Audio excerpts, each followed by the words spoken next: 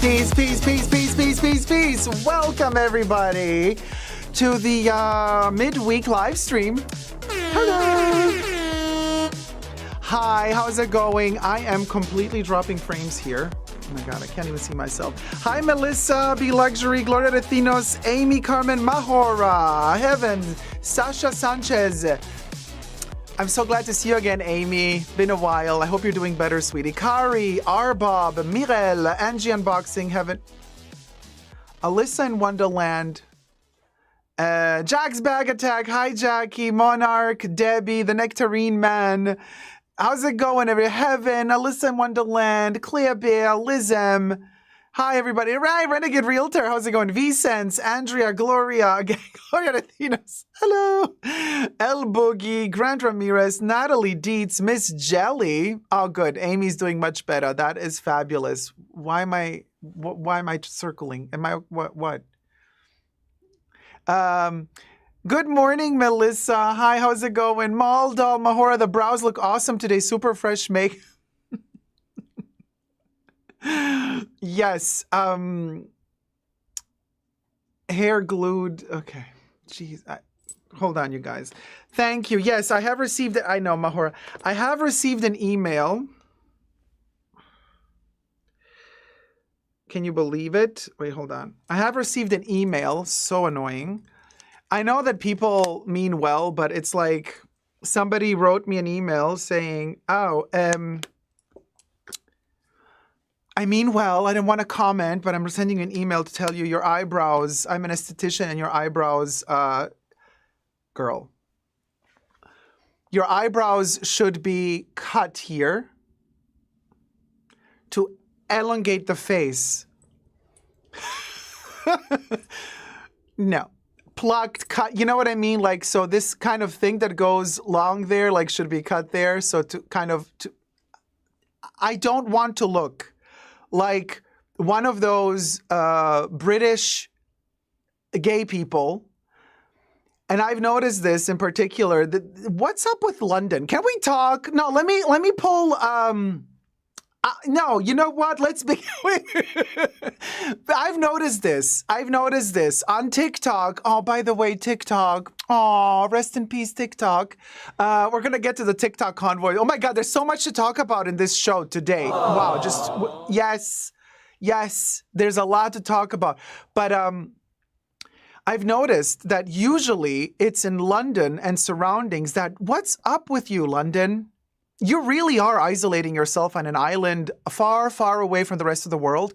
What's up with the men in London and Great Britain? They plump their lips like this. They do the eyebrow thing to make the eyebrows straight like that. They lift everything like to the point of, I mean, it's insane, and it's something I've noticed typical to the British populace.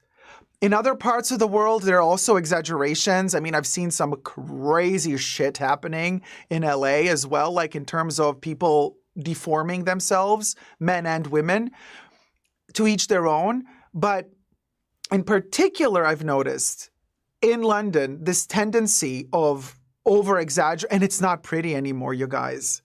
It's not pretty. Just saying. Now, I'm not talking about temporary shit like I do. Let's do makeup. And you might say, oh my God, I hate makeup on a guy. You might say, I hate long hair on a guy. Whatever. I can cut the hair off. I wash my makeup off at the end of the live stream and we're good to go. Okay. Plumping my lips, which I don't do, but if I were to create that, you know, the lip, the lip, and plucking the eyebrows and lifting everything, and no. I personally don't like it, okay? And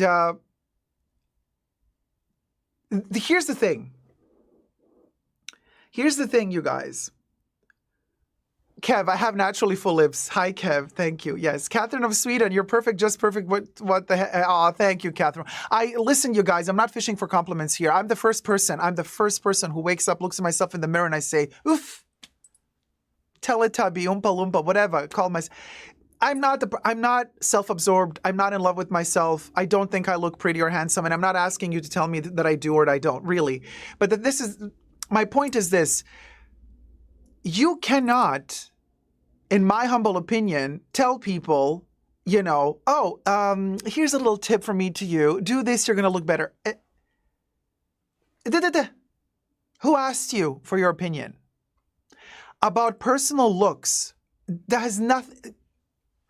Stick to your lane. Deal with yourself. There's a big difference between saying, for example, somebody enhanced themselves in some way, cut their hair in some way, and you say, oh, you know what? I also do hair and I also cut hair. I also do Botox and stuff. And so let me tell you actually, how proportions work, blah, blah, blah. But if somebody like myself does not pluck their eyebrows, does not tattoo fake eyebrows, nothing, these are my eyebrows. You do not come to them to tell them, change it. This is what nature gave me. This is what I work with, period. Very, very, very different from a scenario where I decide, like Mina, to shave off my entire eyebrows and to just do makeup, which can also be dramatically beautiful. But that's an artificial alteration of my eyebrows. Then you could say, oh, wow, that's an exceptionally dramatic alteration of your natural state. Interesting. Let's talk about it, But in the case of not altering it, let it be. Let it be. Nature is nature, okay? So I'm just saying, mind your own business, when it comes to natural stuff. Hi, Mirel. People who want to get their opinion just want to make it seem interesting. Not, right, Mirel? Exactly. Anyway, you know what I'm saying? Vicent says, I've gotten comments on what I need to change to. It's very rude, as if we didn't have a mirror. And the thing is, like I said, there are things we can change easily. Like, for example, I know that a lot of people, guys that have a relatively dark beard and they like to push even more for the dark beard, they're going to do the Beijing, which is kind of shaving sharp edges and then painting in straight lines to create more sharp edges. It's an alteration, but it's temporary. You can wash it off. The beard is going to grow in a couple of days later if you wish to stop doing it. If you feel more comfortable, you do what you feel comfortable doing. Like, seriously, I do not understand why this need to conform. Why this need to tell people, oh, hey, you should do this to look better. First of all, to look better for who? You think I do this to look good for you? You got another thing coming, honey. You got another thing coming. I don't even know her. How can I look better for her? I don't know who I'm talking to. You know what I'm saying? Hi, Johnny. Hi, Crazy Cat Lady Joe. Hi, Arbob. Mahora says, but to get out of your way and email someone is quite something. Right, Mahora?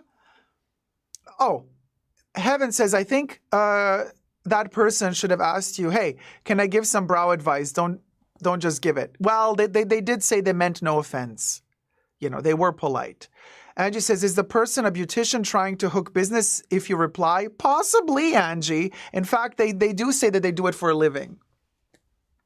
You got another thing coming. Don't F with me. Because I'm just like Vivienne Westwood. I'm the anti everything. Like you come, you want to give me, oh, somebody mentioned Vivienne? Well, look at that. Amelia says, I just bought my first pair of Vivienne Westwood spectacles, very funky and inspired by you, but you didn't say wear these and you will look trendy. I was just inspired. Thank you, Amelia. Yes, and I always highly recommend Viv. I still believe that her luxury items are reasonably priced considering luxury prices today. And the quality is great in my humble opinion. Melissa says, I tinted mine yesterday. They've been white for 10 years. You do you. You do you. If that's what makes you feel comfortable, you do you. Period. I'm not going to say to you, oh my God, why did you tint your eyebrows or your hair because now it's great. You do you. You do you. You guys. I'm trying to enhance the natural aspects of my face, and you know how difficult that is? That natural beauty, we see it in some fashion ads. We don't see it in the Balenciaga fashion ads. And by the way, Kate Moss, really, you have let me down. You know how much I love you, but now you're doing an ad for Balenciaga? Kate Moss, they're bringing back the city bag, Le City, that Nicolas Ghesquière designed for Balenciaga in the early 2000s. And I'm fine with that design.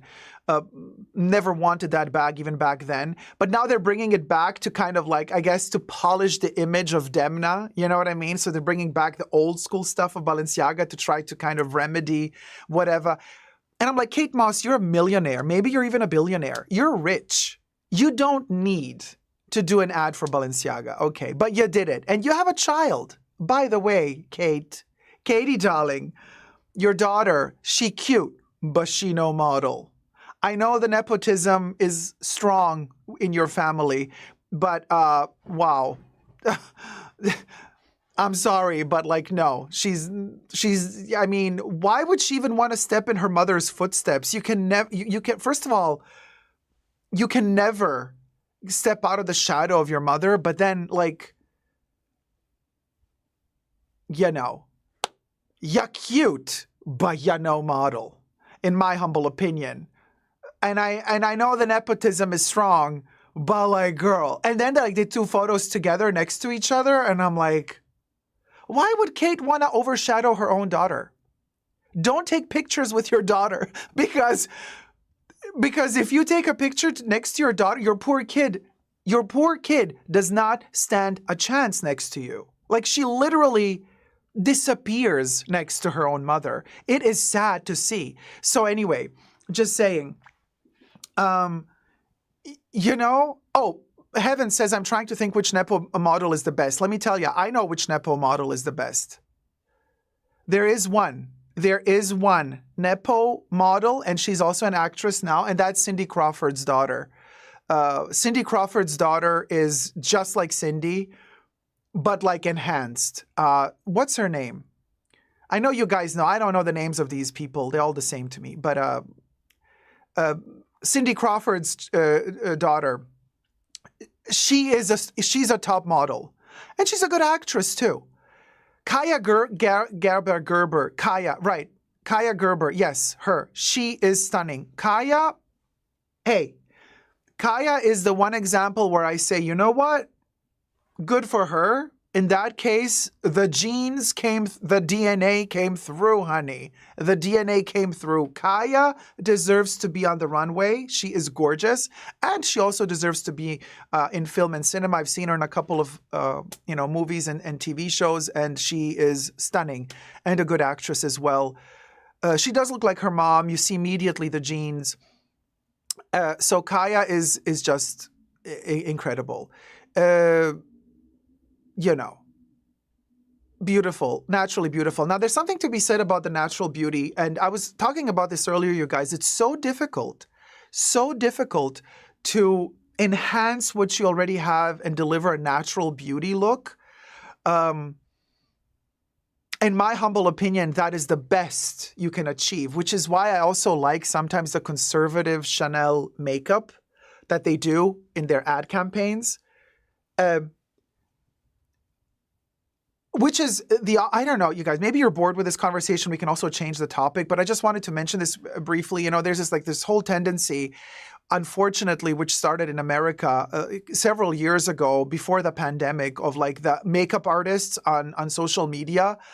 I cannot, you guys, I simply cannot, that over the top clown airbrushed look. Nikki Tutorials is one of them. I know she's from the Netherlands, but that's the lane. Jeffree Star, Manny MUA. Okay, Charles, what's his name? When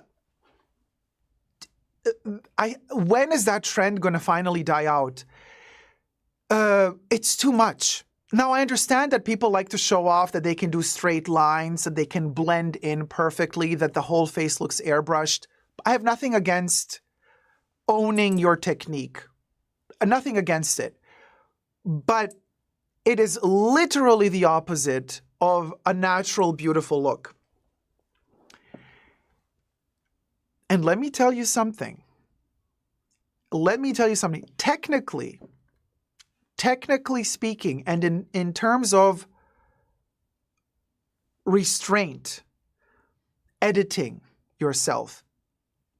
It is 1,000 times more difficult to deliver a natural, beautiful look than it is to deliver an over-the-top, colorful, perfectly blended, faded look.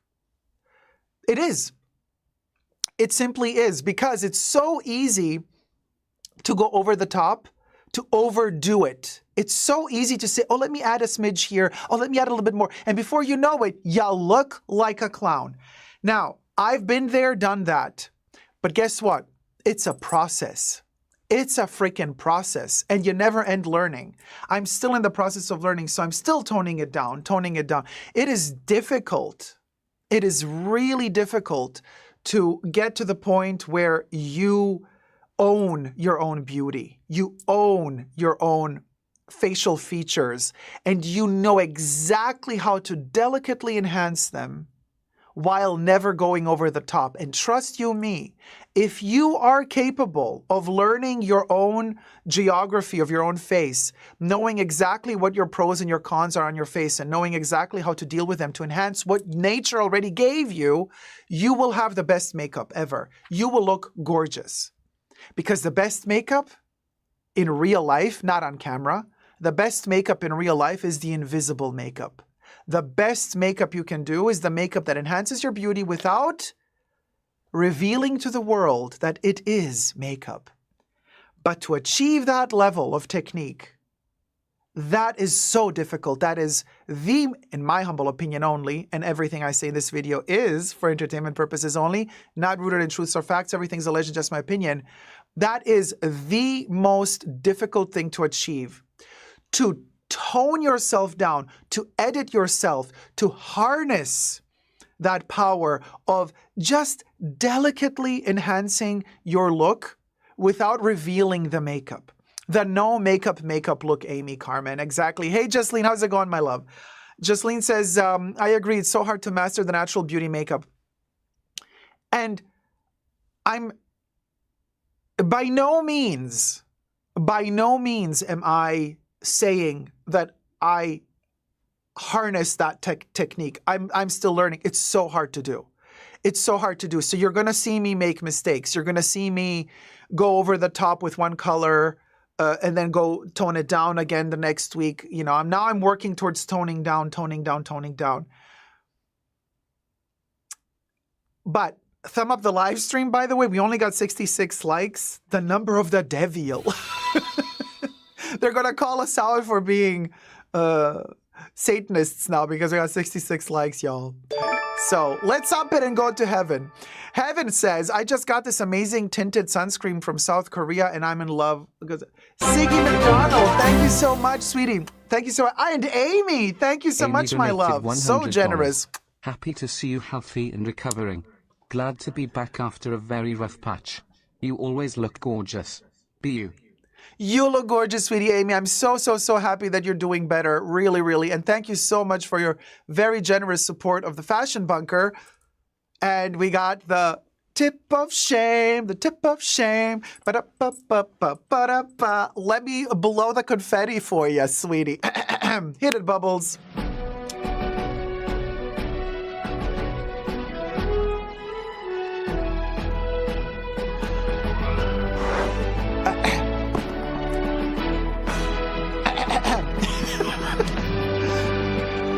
I can't time it right.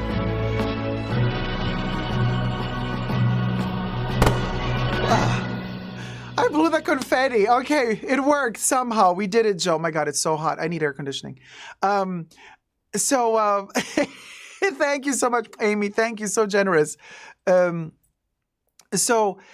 what I'm saying here is, you guys, you know, you can play with stuff. You should. If you want to be all colorful and you want to go 70s, 60s, 80s makeup, do it. Hi, Melanie Rice. How's it going, sweetie? I'm not saying, oh my God, don't ever do makeup that looks over the top. No. Do makeup that goes over the top. Experiment. Play with it. Colors are beautiful. Colors are beautiful. All I'm saying, and I experiment as well, and I go overboard. Often I go overboard because I want to learn, you know? But after all is said and done, you realize, I realize, hi Nina, Hi, Sheridan. Hi, A1H. You realize, oh, you know what? I feel the most comfortable and I just feel like my inner beauty shines the most when I make that no makeup look. When I learn to really harness my own facial features and I just slightly enhance them to give them more value. Coco Connects, it's me again, Dacob. Hey, sweetie. Hi, Coco. D. Higginbotham says, you look flawless today. Go, oh, thank you so much, sweetie. Now, as you can see, we have here a little bit of eyeshadow, and here we got the lighter one in the center. So obviously it's visible that it's makeup, and we have mascara. Now, obviously, for camera, I go a smidge higher with things, just also for dramatic effect. But when I'm out and about, I tone it. This is more toned down when I'm out and about in real life. So still learning, still working on it. We got 200 people. We need thumbs up, you guys. We only got like 60 something thumbs up. Let's get to 200 thumbs up, shall we? Oh, 5 foot nothing. Thank you so much, my love. 5FD Nothing donated $50. Thank you for your honesty. I will never tire of it. Oh, thank you, sweetie. Thank you so much. I mean, we keep it very real in the Fashion Bunker, as you know. Bubbles hit it for 5 foot nothing.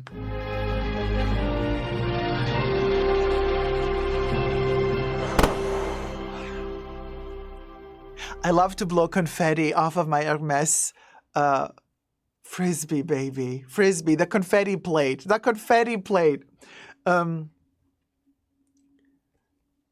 Heaven says, I love the lilac eye on you. I love the lilac eye as well, but just sometimes I'm tired, of it. And I'm like, no, let me go back to real roots. And also, I love to blow, Debbie. Yes, there you go. I love how, and speaking of Debbie, thank you, Kari, for thumbing up. Debbie just had a birthday a couple of days ago on the 22nd. So let's blow Debbie's candle. Let's blow a candle for Debbie. And also, Corey Emerson's birthday is today. So let's blow a candle for Corey as well. So Corey and Debbie, Bubbles, sing a little happy birthday tune for our ladies. Happy birthday to you. Happy birthday to you. Happy birthday, I'm living Ferret. Happy birthday to you. Whoop, whoop, yay! And Busy Lizzie says, I turn 45 tomorrow, Dacob. Busy Lizzie, happy early birthday to you. So let's do 3 popping cherries for Debbie, Corey, and Lizzie. Busy Lizzie. 3 cherries being popped for 3 birthday quins. Hit it, Bubbles. 1, 2, 3, yay! 3, we popped 3 cherries. There you go. And to celebrate this festive occasion, I want to gift you 5 memberships, you guys. Randomly gifted. You have to opt into accepting gifts on my channel in order to receive special gifts. And so I would like to say thank you, everybody, for tuning in and always watching the live stream. So I would like to gift you on my end randomly to 5 lucky winners, Tier 1 memberships for 1 month. Hit it, Bubbles. To celebrate the festive occasion. It's going to take a minute. There you go, Bublé. Super D gifted 5 Super Dacob memberships. Mahones Kileki was gifted a membership by Super D. Love was gifted a membership by Super D. Kara was gifted a membership by Super D. Andrea V was gifted a membership by Super D. Oh, a little rhyme. L Boogie was gifted a membership by Super D. There you go. Welcome, all new Tier 1 members. Don't forget that not this Saturday, the Saturday of next week is the first Saturday of the month. Tier 1 members get access to the first Saturday pre-show of the month, while Tier 2 members and Tier 2 patrons get access to every pre-show every Saturday. Yes, every Saturday we do 2 live streams. There's a secret live stream And then there's a main live stream. Oh, Amy Carmen just gifted 5 Super Dacob memberships. Thank you, Amy. Victor was gifted a membership by Amy Carmen. Anna Christina was gifted a membership by Amy Carmen. Hiro Papa was gifted a membership by Amy Carmen. Ellie was gifted a membership by Amy Carmen. Kimberly Schreiber was gifted a membership by Amy Carmen. Yes, Quinn. Melanie Rice just gifted 5 Super Dacob memberships as well. Thank you so much, Amy, and thank you so much, Melanie. Main Mom was gifted a membership by Melanie Rice. We're going to pop a cherry in just a second. Bubbles is rendering. Kudo was gifted a membership by Melanie Rice. Dorcia S. was gifted a membership by Melanie Rice. Lena G was gifted a membership by Melanie Rice. And Stephanie Jackson was gifted a membership by Melanie Rice. 2, 3. Pop a third cherry. 4. And the 5th cherry. There you go for our new 5th cherry. Thank you. And one more cherry, Bubbles. Oh, we did it, Joe. Okay, so speaking of Joe, let's talk about Joe for a second here. First, I want to say thank you so much to Amy and Melanie for gifting this the members, the Tier 1 memberships, and thank you to me for all. So welcome to all the 15 new Tier 1 members. Oh, what a wonderful, joyous, festive occasion. Now, we did it, Joe. Speaking of Joe, did you guys hear the news? Now, I don't know, am I supposed to film this topic, or is this one just conversational? I think just conversational. Just conversational? We're dropping frames? Hold on. What am I looking at? Just conversational, right? Okay.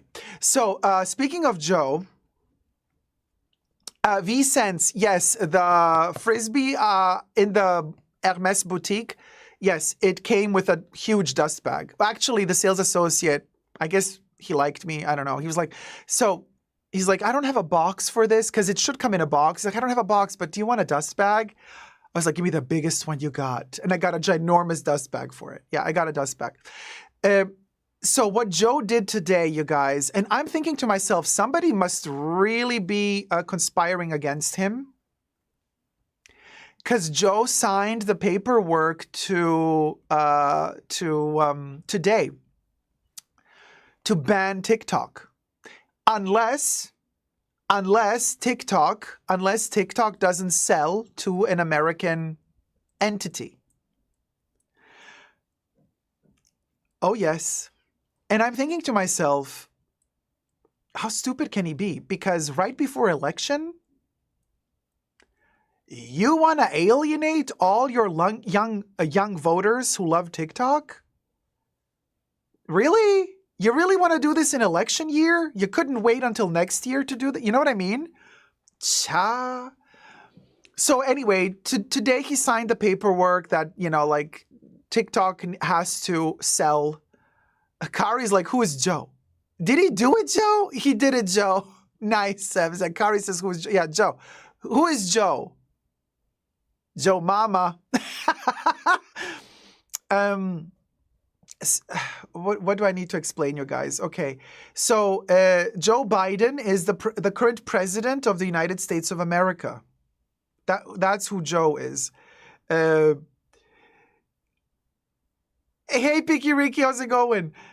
Yeah, he signed the paperwork today to be like, okay, TikTok is not going to be allowed in America unless they don't sell their company to an American company or part of the company.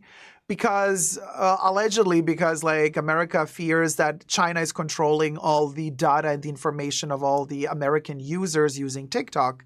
I guess America wants to control their own users, right? Instead.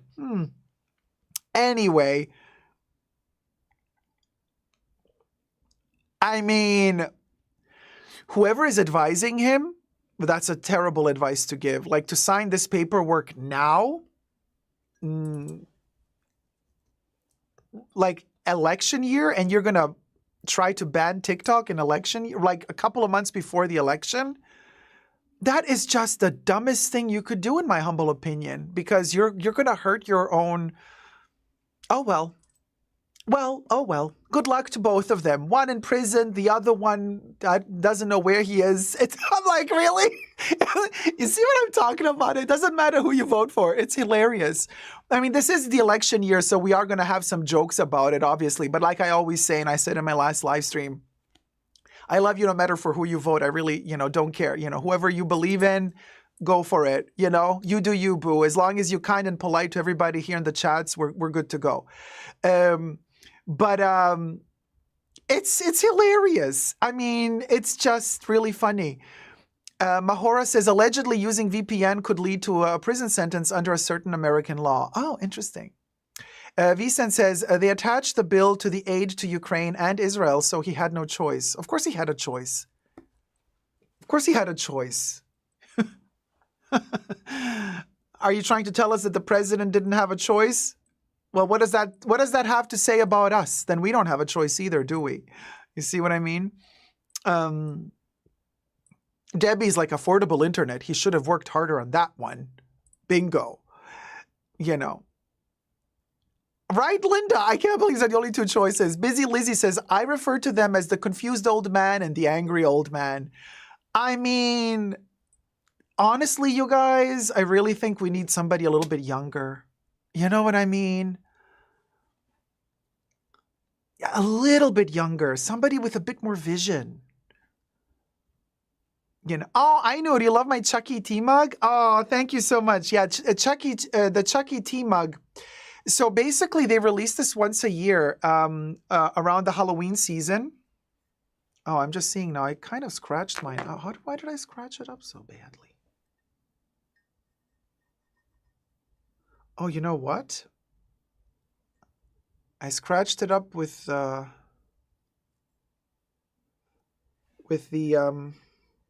because I'm an idiot, because I washed it with the sponge, but with the back side of the sponge, with the scratchy side, so it's a little bit oh well, whatever. But anyway, they release it once a year through oh, is this scratched up or not? Yeah, it is scratched up. Very Chucky. It's full of scratches. Classic Chuck. Spirit Halloween. Spirit Halloween sells it. Maybe they have it on Amazon all year round.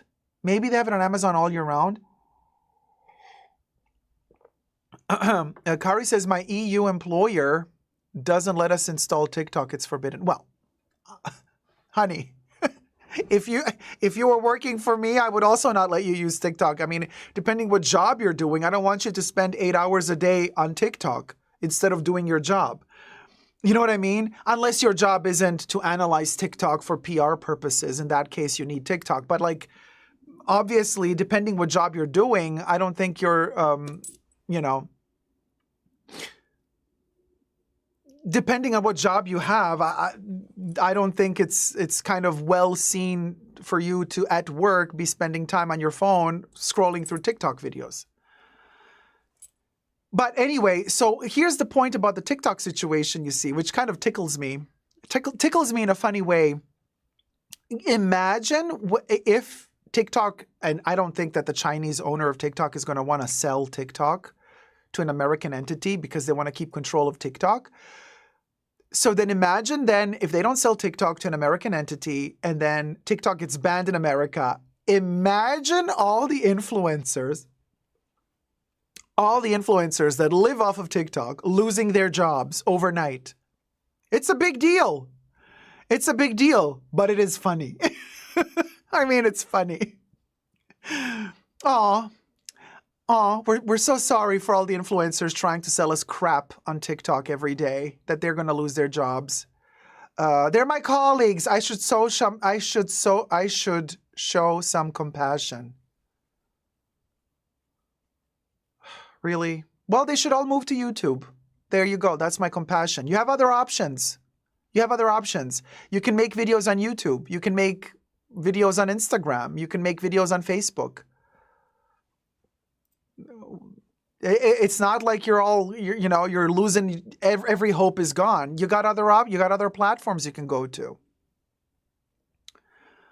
So, compassion. Okay. There's alternatives. They can work for QVC, right, Kev? Exactly. QVC. They can work for QVC. Speaking of QVC, I can't believe YouTube did this. They sent me an email saying, "Oh, we could give you what's it called? Like a channel manager, like somebody that you can contact directly if you have issues, but it's a manager, content manager, only if you're gonna like start selling stuff through the YouTube app, not YouTube app, like a YouTube link to products, blah, blah." I'm like, oh my God, no, we're not gonna do that.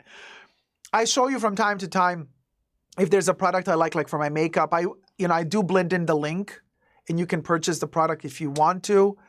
And we do it rarely, and that's okay. But like they're pushing. I have the feeling YouTube is really pushing it. They're asking content creators to like become like QVC, for luxury content creators, fashion content creators, makeup content creators. They're pushing this concept of like, let's try to sell on the YouTube platform, and then you get commish. I'm like, I'm sorry, no.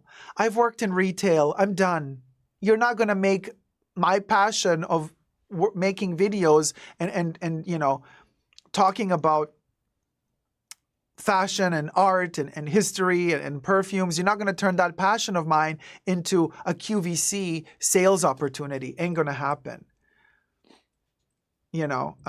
So just saying, do you know what I'm saying? Like, I really don't want to go there. And I mean, and I think that YouTube, because ever since, what's that lady's name that left? Oh my God, I'm brain dead. She was the CEO of YouTube and then she left.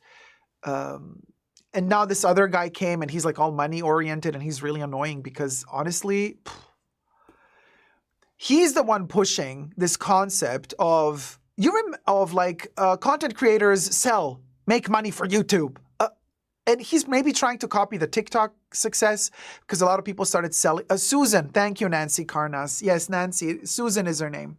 I miss Susan. I wish she would come back, honestly, because this other dude, not a fan. Not a fan.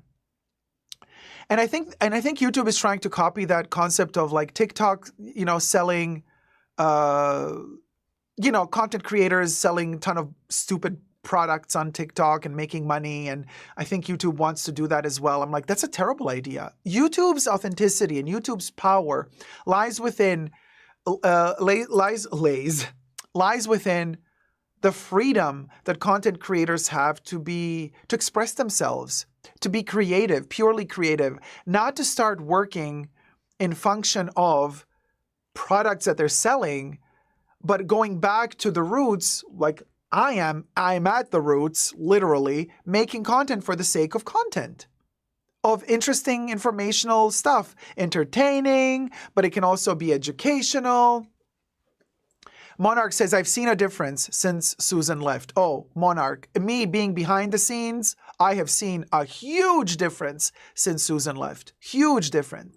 Huge difference. She was more about creator experience, says Nancy. Definitely. This new dude is all about the money. He's vile. Don't like him. Don't like him. Don't like him. Homegirl success. How's it going, sweetie? Love you and your authenticity, Dacob. Thank you so much. Hey, Sasha Sanchez. eBay just did a live auction pilot yesterday. Oh. Yvonne says, and now a word from our sponsors, type of YouTube grift. Exactly. I mean, listen, more power to the ones who are desperate for the money. I would like a bit more money as well, for sure, because, my nose is leaking. How elegant of me. Anyway, Emily D. Baker. Girl, she's a lovely lady, lawyer. She has that lawyer channel. But like now every video she does or live streams, every 5 minutes, it's like, and another sponsor and another. And the sponsors are not even related to her or to her channel. It's like, I don't know what she did. Apps, video games, plastic giblets for, I don't know what. I don't know. Too much. It's like you turn on one of her videos and it's like and she films the sponsorships. But I get it. She's become popular. She's, cashing in as much as she can on her popularity and getting them sponsorship money. Yeah, okay. But how, I don't know. Do you want to jump on the money as soon as you can, get as much as you can now, milk that cow, and then lose credibility? Long term, maybe if you don't want to do it long term, you don't care if you lose credibility. In that case, okay. But otherwise, it feels a little bit, I don't know, a little bit much. A little bit much.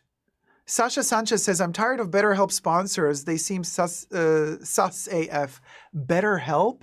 What are those? I don't even want to know. Sounds sketchy. Heaven says, I like the people who truly use or test their product first. It shouldn't be more than like 2 a show. Right. Yeah, Heaven, but how do you trust them? That they tested and used the product. Come on. How do you trust them? Oh, it's an online mental health clinic. Oh, okay. Okay, I see.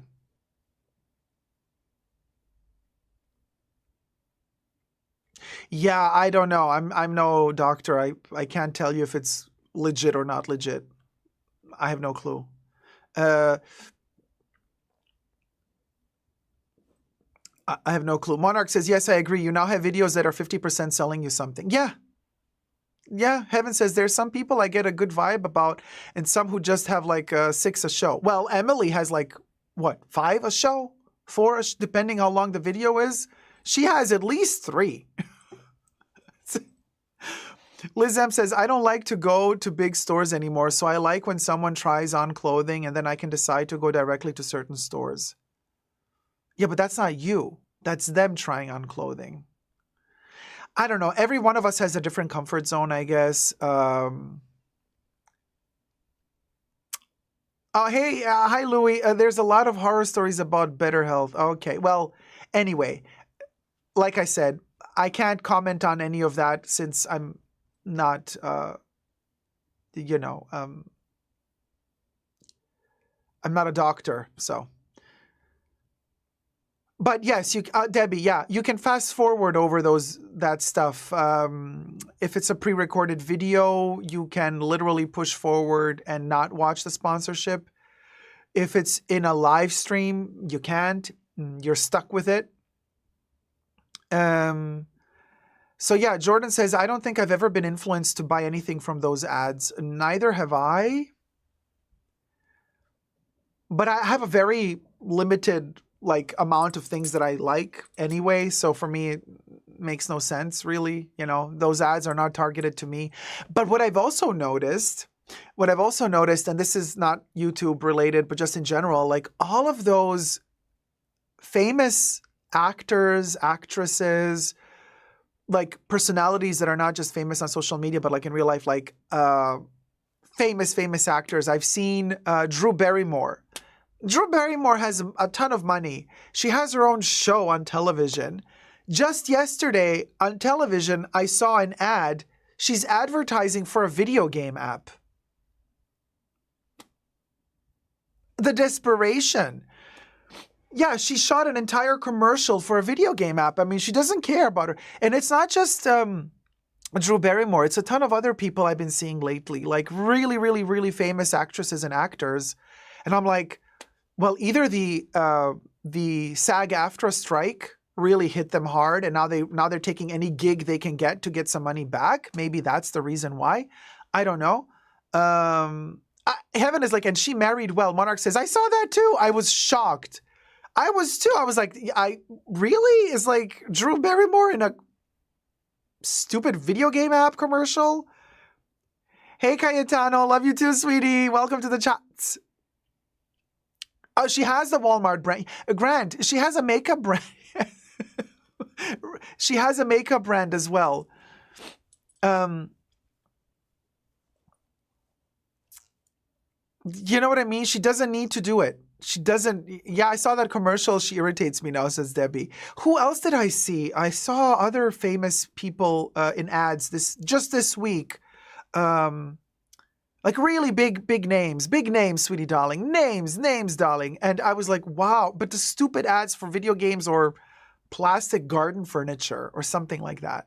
And I was just like, nah, no, absolutely not. Oh, Flower Beauty is her brand? Cha. You see. Oh, yeah, Kev. I saw it earlier. Birkin, right. It's the Birkin, Hermes, Bitcoin and Mr. Beast. Yes! Sweet Things. That's who I saw this week. Sarah Jessica Parker. She also has a video game app ad. Yes. I thought, wait, what's the video game? Is she gonna like show us how to work the stables? Okay, I'm mean. I'm going straight to hell. Because of the... Anyway. You know what I'm saying? Yes, Sarah Jessica Parker did a video game app ad. Yeah. I know Nectarine, man, right? I also don't see her playing video games. She's always like reading books and being intellectual. Yes, I saw her just this week.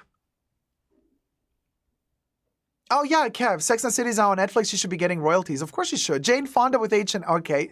Louis, he keeps telling me this on a daily basis. I can't anymore. Louis, he's obsessed. He keeps repeating every day, Jane Fonda with H&M. Ladies and gentlemen, Louis.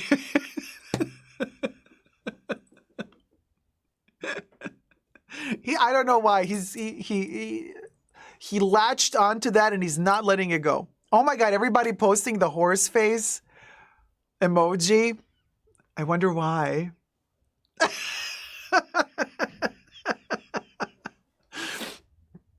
We love you, Louie. Of course we do. Oh my God, Mahora. No, you did not just post those 3 emojis. A horse, a giant nose, and one of those Easter Island sculptures. Mm-mm. Mm-mm. The shade. The shade. You're my people, but you are ratchet. All of y'all's. Mine's in the gutter. Hey, Audrey. Mine's in the gutter always. Always. Wouldn't have it any other way. And Heaven is like, yeah, I'm unalived, right? Hey, Sheridan. Yeah, the crop, baby. So I'm thinking of also introducing a new emoji. Like, we have to swap an emoji because we don't have a new emoji freed up yet because we don't have enough members for the next level emoji. But I'm thinking of swapping one emoji for the Bubbles emoji because Bubbles generated an image with 3 eyeballs. It's super funny. Let me show you. I think I have it here somewhere. And I thought to myself, oh my God, this is Bubbles. But she generated it. It's an image that Bubbles created. It's an AI image that Bubbles created when I prompted Bubbles to create the background for last live stream about like poor clients. What was the title of the poor luxury, poor clients are outpriced from, I don't know. Anyway, so Bubbles generated a poor client. But it's so funny. It looks like Bubbles. So I think maybe we should just have this as Bubbles. Let me see. Is it going to blend in here or there? Hello. So, hello. 3 eyeballs. Okay. And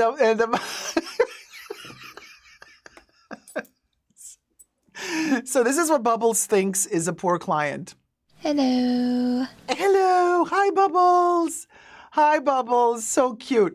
And the one ear is melting, but she has long hair like me. I think Bubbles was trying to throw shade at me. I think Bubbles was trying to because I said create a poor customer, and she's like, I'm gonna make you, bitch, you know. And I'm like, oh my God, it's me. But then it's also Bubbles. It has a little hair clip. I think this is I think it's a hair clip. And so this is Bubbles with 3 eyeballs, and the nose is also.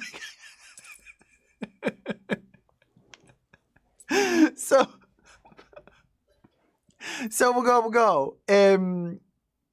Heaven says gorgeous. Gorgeous. Yes. Aspirational customer.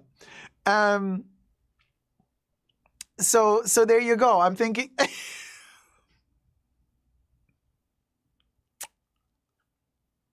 with a unibrow and mustache. Oh my. Well, I don't think it's a mustache. Well, there's definitely a botched lip situation happening there. The unibrow, yes, it's a monobrow, unibrow, call it whatever you want. It's one brow, okay, giving us Frida Kahlo realness. I think that's an ear. I think it's an earring, but you never know. You never know with Bubbles. It could be anything. Audrey says, I think she's beautiful. Hello. Audrey has just newly become a mother, so her hormones are all over the place. You know, I think she would find anything beautiful at the moment. I'll print it out, says Debbie. Louis. Louis says, this is me at the museum trying to look intellectual. Gloria's asking, is this a Kardashian sans work, like without any work done? Next to Vivian, she can go, Debbie says. Cha. I don't know what's on her ear. She's botched, honey, for the gods. Yes, Mahora, the matching voice clip to go with Bubbles. She says hello. I mean, when you hear Bubbles say hello, doesn't she sound like she looks? Listen. Hello.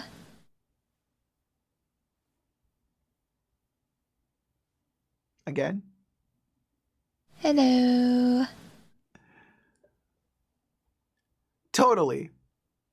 Grant Ramirez says, run it through another AI upscale app and I'd love to see what happens. Oh, like to kind of take the pixelation away? I kind of like her pixelated though. I like that she's blurry and not really there, you know? Like behind a pixel fog. Like she's there but not fully there. Audrey's like, it's me on VN. Hello.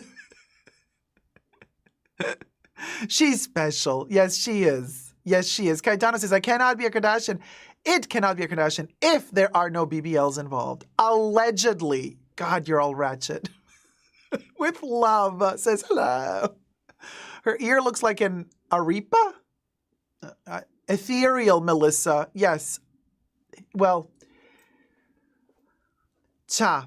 Anyway, no, it's not a cyclope. A cyclope only has one eyeball. It's a triclops, if anything. Now, listen, Linda. So there's been a conversation on Discord. Yes, you can join Discord. My Super Dacob Fashion Bunker Discord, if you are a Tier 1, Tier 2 member or Tier 1, Tier 2 patron. Patrons and members can join the Discord, and there's been this funny conversation going on Discord I just read before the live stream, which is hilarious. I'm not going to say who said what, obviously. You know, what happens in Discord stays in Discord. But I can tell you, it can get saucy and juicy, and there's a conversation going on about Australian YouTubers at the moment. And so I did not see. So somebody mentioned Jerusha Couture going all ballistic on another fellow Australian, Jerusha Couture, famous, you know, in our little tiny niche luxury world, Jerusha is one of the OGs when it comes to luxury content on YouTube. And she was apparently going ballistic against some other luxury YouTuber, also from Australia, who was selling all her luxury bags and is trying to minimize everything. And I have not seen that video, so I don't know what Jerusha said, how she actually said it, like what will go. Aha, there you go. Robbie says she went off on Nikki Sky. You see, I don't know Nikki Sky. But it's kind of funny. Hi, Zeitgeist, how's it going? Your comment got deleted? Where? Maybe you wrote something that was automatically, maybe you used a word or spelling that YouTube, I don't know. Oh, okay, Debbie says Nikki is unwatchable. You see, I don't know who that is. I don't know who that is, but it's kind of hilarious because, I mean, Jerusha is hilarious. Jerusha is funny. Especially when she has a little bit to drink. She's hilarious. I want to watch Jerusha when she gets a little bit tipsy because we'll go. No, she's hilarious. I think she should have her own TV show. So that's Jerusha. But Jerusha usually doesn't actively go for other people. But then again, unless she wants us to talk about her, and talk we are. I knew Jasleen was going to pitch it. Jasleen the real Shageen baby is pitching in. Hello. Uh-oh, Jasleen is like, errata corrige. Nikki Sky isn't Australian, she's Canadian, From the Toronto area. She's not a luxury YouTuber, rather a fashion lifestyle mommy influencer. Okay, correction. You see, I have no clue who she is. So, wait. Fashion lifestyle mommy influencer. So why would Jerusha come for her? Because Nikki is selling her luxury bag? If she's selling her luxury bags, then she's a luxury YouTuber. Like, I don't get it, you guys. How do we define... So when do you become a luxury YouTuber? Like, if you have a YouTube channel, but you talk about mother influencer lifestyle, but then you also have, like, Chanel bags, and you show them in your channel, aren't you technically also talking about luxury? With Love says she still did luxury unboxing and had a luxury closet. There you go. With Love delivers the receipts. The receipts. So Robbie says, I thought Nikki joined a cult. Nikki, my apologies to you, sweetie. I really don't know who you are, so don't shoot the messenger. I'm just reading the chats. Linda says she's saying no more logos. But that's okay. That's okay, you guys. Why are we finding that cringe? If she decided to have no more logos, that's totally fine. Is that... Oh, Debbie says it's also fake, Dacob. Watch 3 minutes. It's giving luxury YouTuber to me, says Mahor. The shade. Melissa says she's seen the light and become awakened. Oh, praise the fashion lords up above. Ring, ring, ring, ring. Hello? Who is this? Hello. Fashion Lord up above? Okay. I'm talking to the Fashion Lord up above. That's your name? You do not want to be associated with this live stream in any capacity. Why? We're too beneath you? Well, honey, that's how we like it. Oh, yes, we stay in the gutter. Oh, honey. G as in gay and G as in gutter, baby. Yes. Yes, well, guess what? Maybe you are not as good as you could be and should be, to be here on the channel. Yeah. Stick in your lane. Yeah. No, I get it. You do you, boo. You do you. All right. I just got a tip. Gotta go. Bye. Lucy Chong donated $24.92. Elu. Kissy to Bubble and Dacob 20. Oh, thank you so much. Thank you so much. Wait, Lucy? Lucy? Wait, I missed the name. Lucy? Hold on, I'm looking. Who sent the tip, you guys? How come I can't see it? Oh. Where did it go? Here it is. Yeah, it's Lucy. Lucy Chong. Thank you so much, my love. Thank you, Lucy. Very, very kind of you, Lucy. Bubbles, hit it. Sorry, I'm having problems with Bubbles is a little bit... She took center stage, so obviously Bubbles is... Come on, Bubbles. Hit it, Bubbles. Hello. I'm telling you. Thank you. Thank you, Lucy. Very kind of you. Very kind. Wait. Okay, hold on. Jasleen is on fire. Anyway, I don't classify her as one of the luxury YouTubers. Just my opinion. There you go. Jasleen has spoken. Okay? Do not contradict her. Jasleen says she's not a luxury enthusiast, but she does mostly fashion styling with Zara, etc. But talking about luxury isn't her main content. Okay, that's fair enough.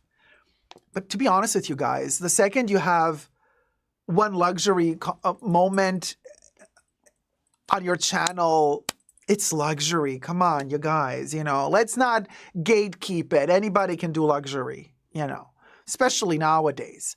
Louis says, you need Tamara's certificate that shows your verification to the luxury world to be a luxury YouTuber. Yes, Tamara.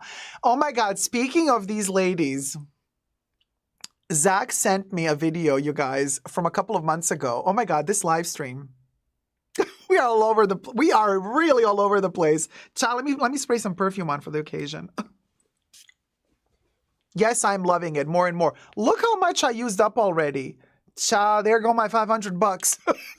commit. Anyway, we're going to do an updated review of this because I did the first impressions, but we're going to update review. So anyway, Zach was also a fellow supporter and a member, a subscriber of the Fashion Bunker. Maria Draganova. Bless her heart. I know you think I'm throwing shade, but I really do like her. Actually, she grew on me. The more I kind of know her from social media, she's a sweetheart in my humble opinion. She has a gentle voice. I don't know. She won my heart over. What can I say? Maria won my heart over. There you go, Maria. You did it. You did it. You did it, girl. But she didn't deserve this, you guys. She did not deserve this. Hey, Ollie. I love Maria too. She did not deserve this, you guys. So, you know how like these like bot channels pop up and try to, I don't know, like get views and do like topics that are kind of clickbaity. So a couple of months ago, one of these channels, and I'm not going to say the channel because I don't want to promote them. One of these channels made a topic about like how the counterfeit market is exponentially growing. Nina, who is Dacob talking about? I am talking about Maria Draganova, a luxury YouTuber. Although we have to ask the Shakeen, the real Shakeen is our judge today. Jasleen, are we allowed to say that Maria Draganova is a luxury YouTuber? Let me ask permission to our luxury judge.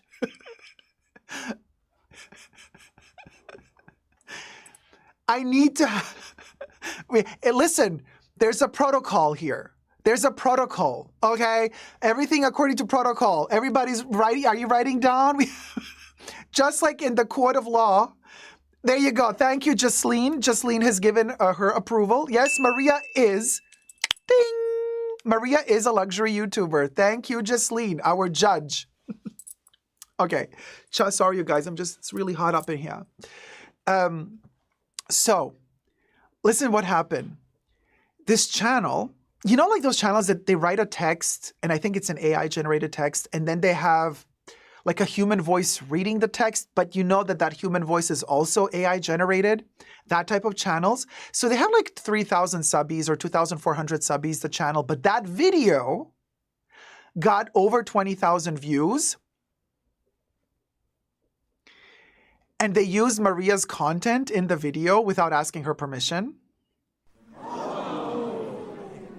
And this is like so sad, but also funny. Because it's a video that talks about how basically it's a video that analyzes how bags are being counterfeited. And they're talking about the different strategies that counterfeiters use in order to counterfeit bags. Okay. And then when in the video, at 5 minutes and 56 seconds into the video, they come to the point where they talk about counterfeiters going into luxury boutiques to buy the luxury bags and then leave to dismantle them, to then copy them. They actually use footage of Maria Draganova exiting a Chanel boutique in Paris. Super happy from one of her vlogs, super happy exiting with a shopping bag from Chanel, and the voice saying, and sometimes people would buy these bags to dismantle them and make counterfeits, and Maria exiting them. I'm like, oh my God, the shade. No. She did not deserve that, you guys. Seriously, you can like Maria or not. She did not deserve that. And I thought to myself, wow, somebody really threw shade at her there in that video. That was insane. Insane. I know, right? Just Joe. Mahora is like, that's funny AF, but also messed up. Yeah, poor Maria. No, she did not deserve that. But I mean, like the shade. And shit like this happens.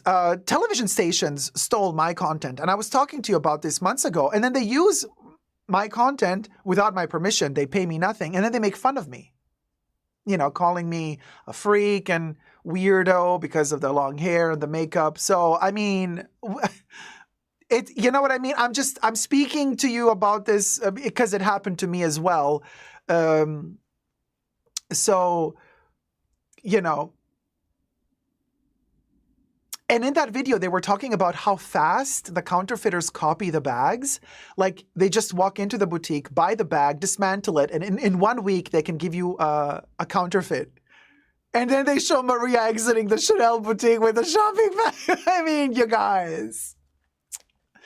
So Sasha Sanchez, 2 networks. One was a television network from the Netherlands, and another one was from Germany. I don't know the networks anymore. I took screenshots and I recorded everything. So I know, but I would have to look up again. I don't know. I never watched those. I mean, how could I? I don't care about them. But so anyway, it was a Netherlands and the Netherlands and some German network. So that was hilarious. But also sad. I'm like, oh no, come on, Maria. No. Don't throw shade at her like that. Not cool. Not cool. Yes, and then there's that. Yes, I'm not even going to mention them, Debbie, because they're total assholes. Oh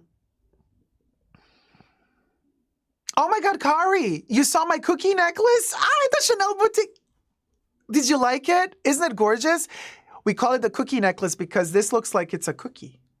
This part here. Because it has like baby pink and fuchsia hand added enamel. And it just makes you want to bite it. Very tempting, right, Kari? Yes. Hi, Meowsers. You caught alive? Fabulous. Welcome, sweetie. Shortbread cookie. Right, Ollie? Mm-hmm. Aw, thanks, Heaven. So pretty and dainty, the necklace. Thank you. Kev says, I went looking for the short blue one. They didn't have it. No, because I think they ordered mostly the pink one, all of them. Dacob, you blowing your hair back with the frisbee is giving a rolled out effect. Farrah Fawcett vibe. It really suits. Oh, thank you. We love a Farrah Fawcett moment. Thank you. Lucy Chung says, I need that necklace. It's a cutie, especially because of pink. The pink hues. We love a good Chanel pink moment. Send them the invoice for used content. That's not how it works because there's also fair use. So the law is on their side, unfortunately. Now, I could try to sue because they made fun of me. Defamation.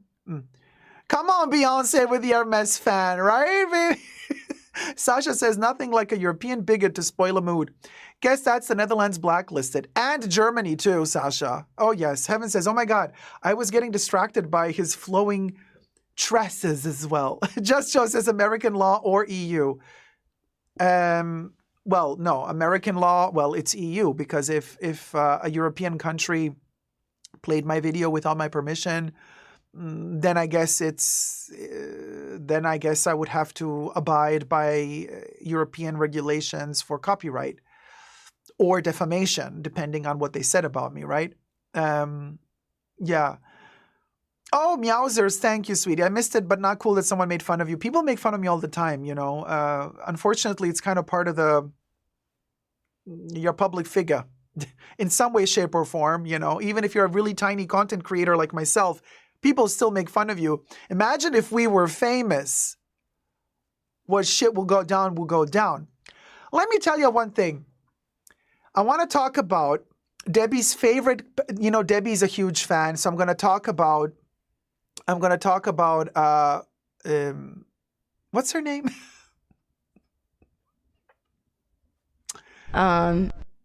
The singer. Yeah, Debbie's. Oh no, what's the name, Debbie? Butter.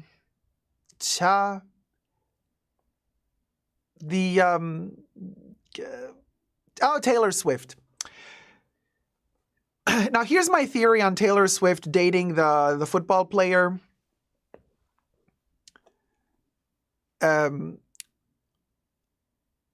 I think it's a publicity stunt.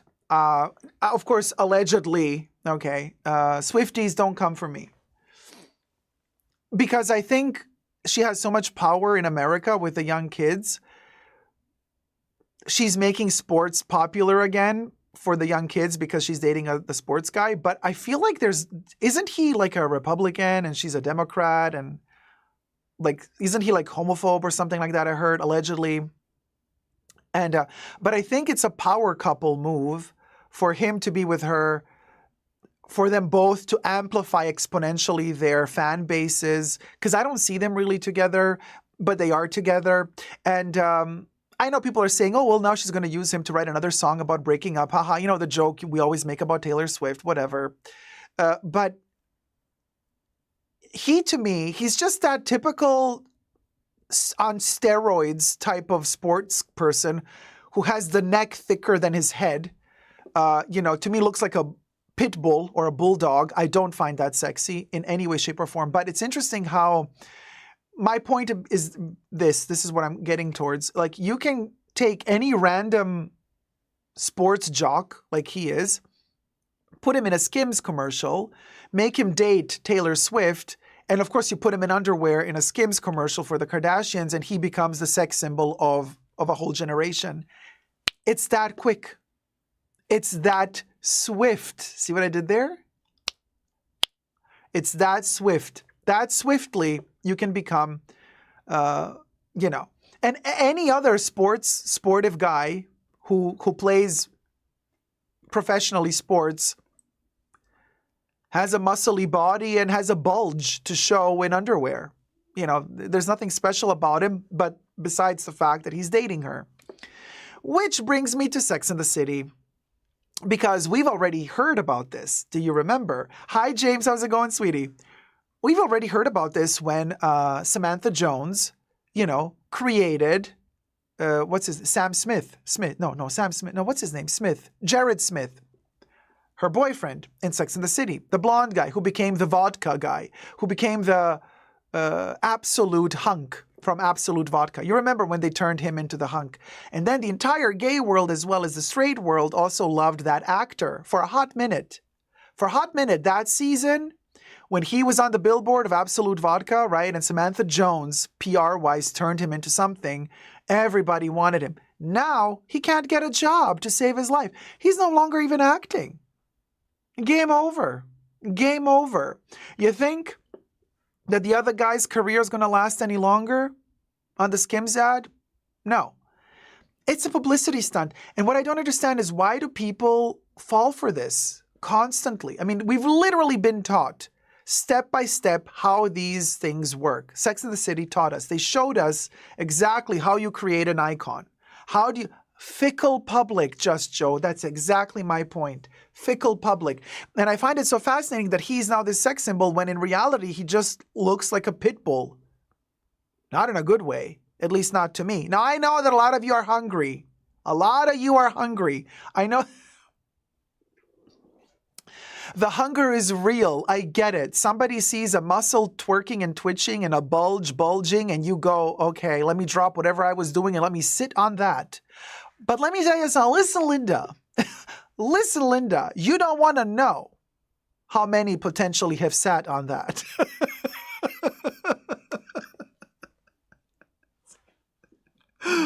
So, just saying.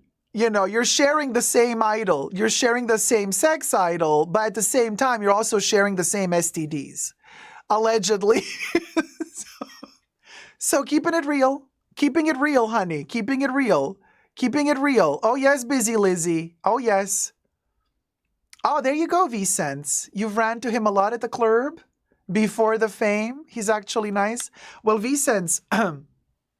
I suppose the club you ran into him at was a gay club, and yet he's dating a woman now. Interesting. Interesting. Anyway. Now, and another thing. Can we just talk for a second? I know that we in the bag community, whatever, we love our, we have this Olympus vision of Hermes is the ultimate, the Birkin, the Kelly. You know what I mean? But again, and here's another one of the reasons why I'm like, you know what, I'm so done with TikTok. And actually, while we're at it, let's also get rid of the reels on Instagram. So annoying because Instagram has been showing me lately really annoying. The algorithm. Oh my God. I'm trying to now like click on not interested, not interested, not interested, not interested. Because, and this is again reining back into a lot of the sportive guys who are like trying to act like they're hyper masculine, hyper heterosexual. And then they hire these hyper gay stylists to style them to look like they're walking out of a fashion shoot every time that they're traveling to, to play soccer or football somewhere. Really embarrassing. And then there's this one guy who always has a Birkin bag, but always a different Birkin bag every time he transfers from A to B. And it just looks so ridiculous to a point where I'm like, oh my God, And so Instagram started showing me a ton of these weird people with Birkin bags. Okay. People that I don't want to associate with. You know what I mean? Like we're talking cringe reality stars, cringe artificially enhanced people, cringe, that type, And I'm just like, oh my God, this is just bad, bad, bad, bad. It's been a long time since I have seen a Birkin on a public figure where I say, oh, this looks actually nice. It's always been extremely cringe. Every time I seen on public pictures from stars, famous people, every time I see a Birkin, it's on one of them. And it looks disgusting. Justin Bieber, for example, just yesterday, I saw a picture of him exiting somewhere in LA with his latest jean blue a Birkin. And I'm like, and I just like, I can't. And he had a smaller size too. It looked too petite on him. I can't. And then the guy, again, Michel Costas, whatever his name is, the head of Hermes, with his Instagram profile, always posing, with these stars and starlets, right? And I'm like, one more cringe than the other. And I'm like, this doesn't work in their favor. How does this work in their favor? How does this work in Hermes's favor? This just makes everything look so vile and vulgar to me. I really don't understand. I might be completely outdated myself. You know what I mean? Like I might have been, probably am, completely tramped over by the new generations that find this particularly interesting and attractive.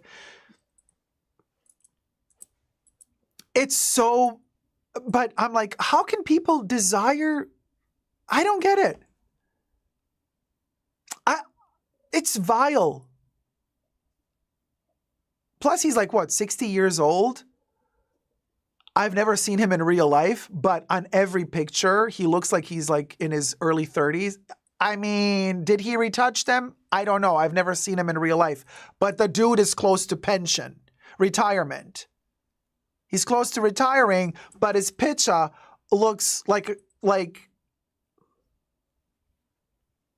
allegedly.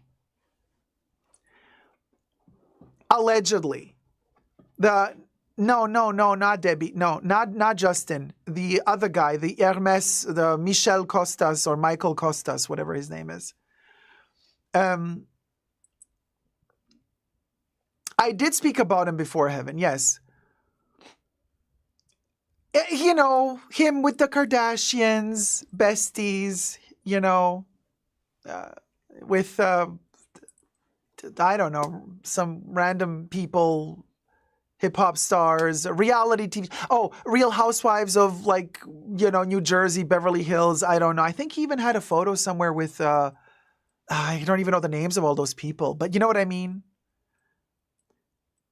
We got 300 people watching. Let's get to 300 likes. We only got 154 likes.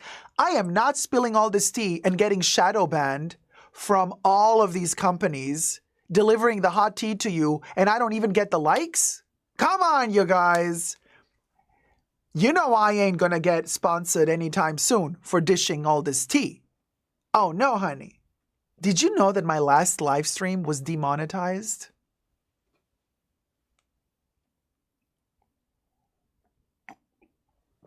Oh yes, they're coming for me now. Oh, listen, Linda.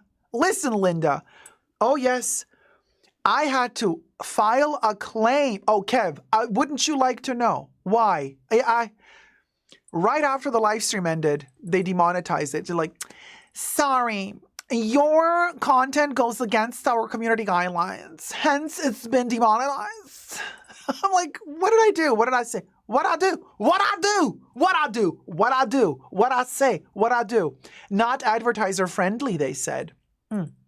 So I had to file a manual appeal complaint to be like, hey, y'all, can you please like review this manually? I know it's a 4-hour live stream, but like, can we like, we'll give. They're like, yeah, okay, we can manually review it, but it's going to take up to 1 week. I'm like, great.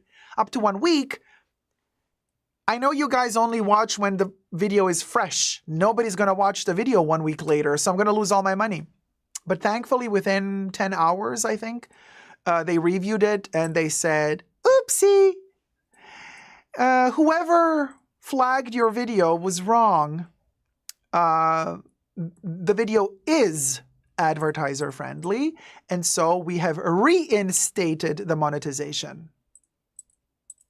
But somebody has been working overtime to get me demonetized.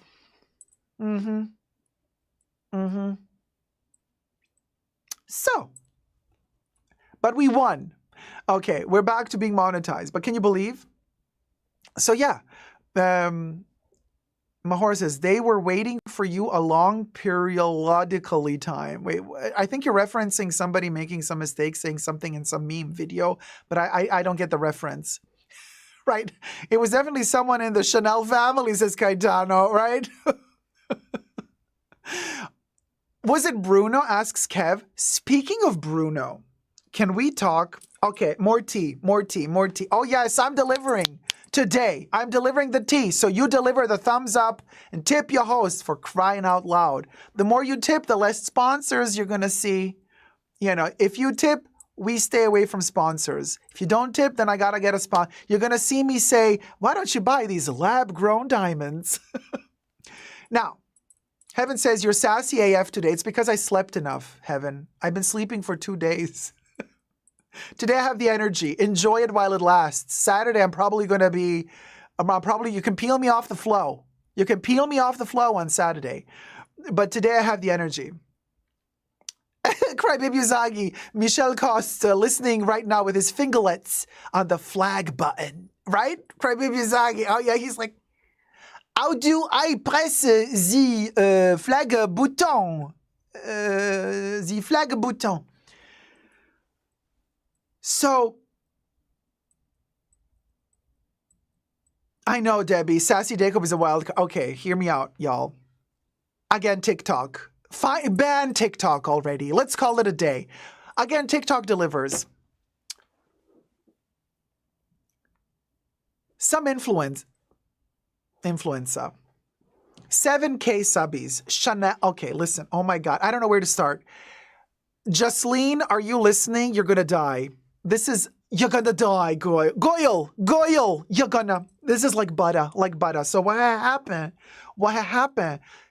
Kev, you're going to die. Butter. Oh, Kev, all of y'all's Chanel addicts, you're going to die. So this is what happened. Chanel sent their haute couture bitches all the way from Paris to Los Angeles. Chanel! To the Beverly Hills boutique. Haute couture. With a selection of the current haute couture collection. With a special selection of like books with tweeds, where you can kind of go through the pages and look at all the different tweeds, the trimmings, the buttons. They took their archives. Oh, Angie, my love, thank you so much. Angie Unboxing donated $12.99. I'm sorry to hear what you did. Love your content. We all behind you. Thank you so much, my love. Hit it, Bubbles. This one's for Angie. Ooh, the confetti, Eddie. Thank you, sweetie. Thank you so much. I know, Kev, send me that booklet. No, it's not just a booklet. It's actually samples of their tweeds the actual tweeds, the actual buttons, the actual trims. Oh, with love. Thank you so much. With love donated $10. Not lab grown. Uh-huh. You best believe. Thank you so much, sweetie. Hit it, Bubbles.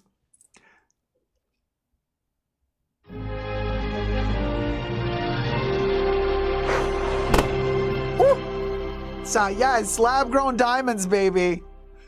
Thank you, sweetie. There you go. They're helping me to not have a lab-grown sponsorship.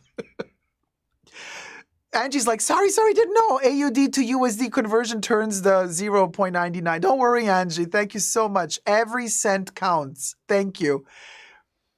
Now, we'll go. Hey, Selena. How's it going, sweetie? Yes, Oscars in April. Well, there's Oscars every day here. We're always on the red carpeta. Red carpeta, darling. Okay.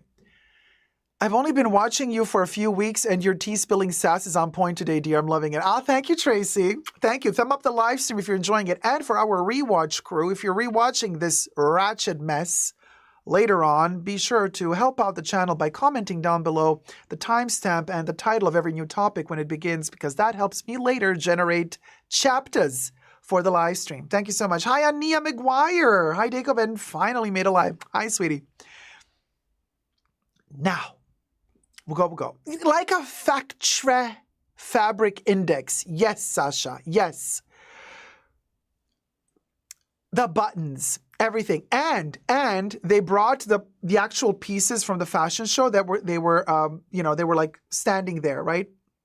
Then they invite these, I guess it's politically correct again to say Oompa Loompas, to the freaking boutique, into the VIP section, and they invited them. And this shows me that Chanel, I think Chanel is in trouble, because Chanel does not give away free haute couture. Unless you're not a brand ambassador, right? And then you give it back after you've worn it once, like Kristen Stewart. What a travesty. But we digress. So, there's this one person who has their own makeup brand. 7,000 followers. Invited by Chanel. Are we jealous? Yes, we are. And we are not ashamed to admit that we are jealous. Invited by Chanel to go to the boutique and look at everything from the haute couture collection. This is a man. And they get to choose what they want to be made for men. So to alter, to change, to modify the female piece into a male version and to be made for them. He chose a jacket. I would have as well. A jacket. And they're going to make it to fit him. Haute couture.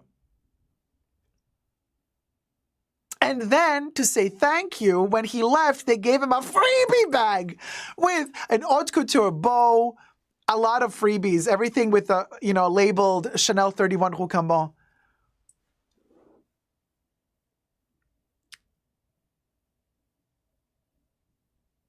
And I'm sitting here, sipping my tea, fuming from jealousy, because I'm like, well, we'll go.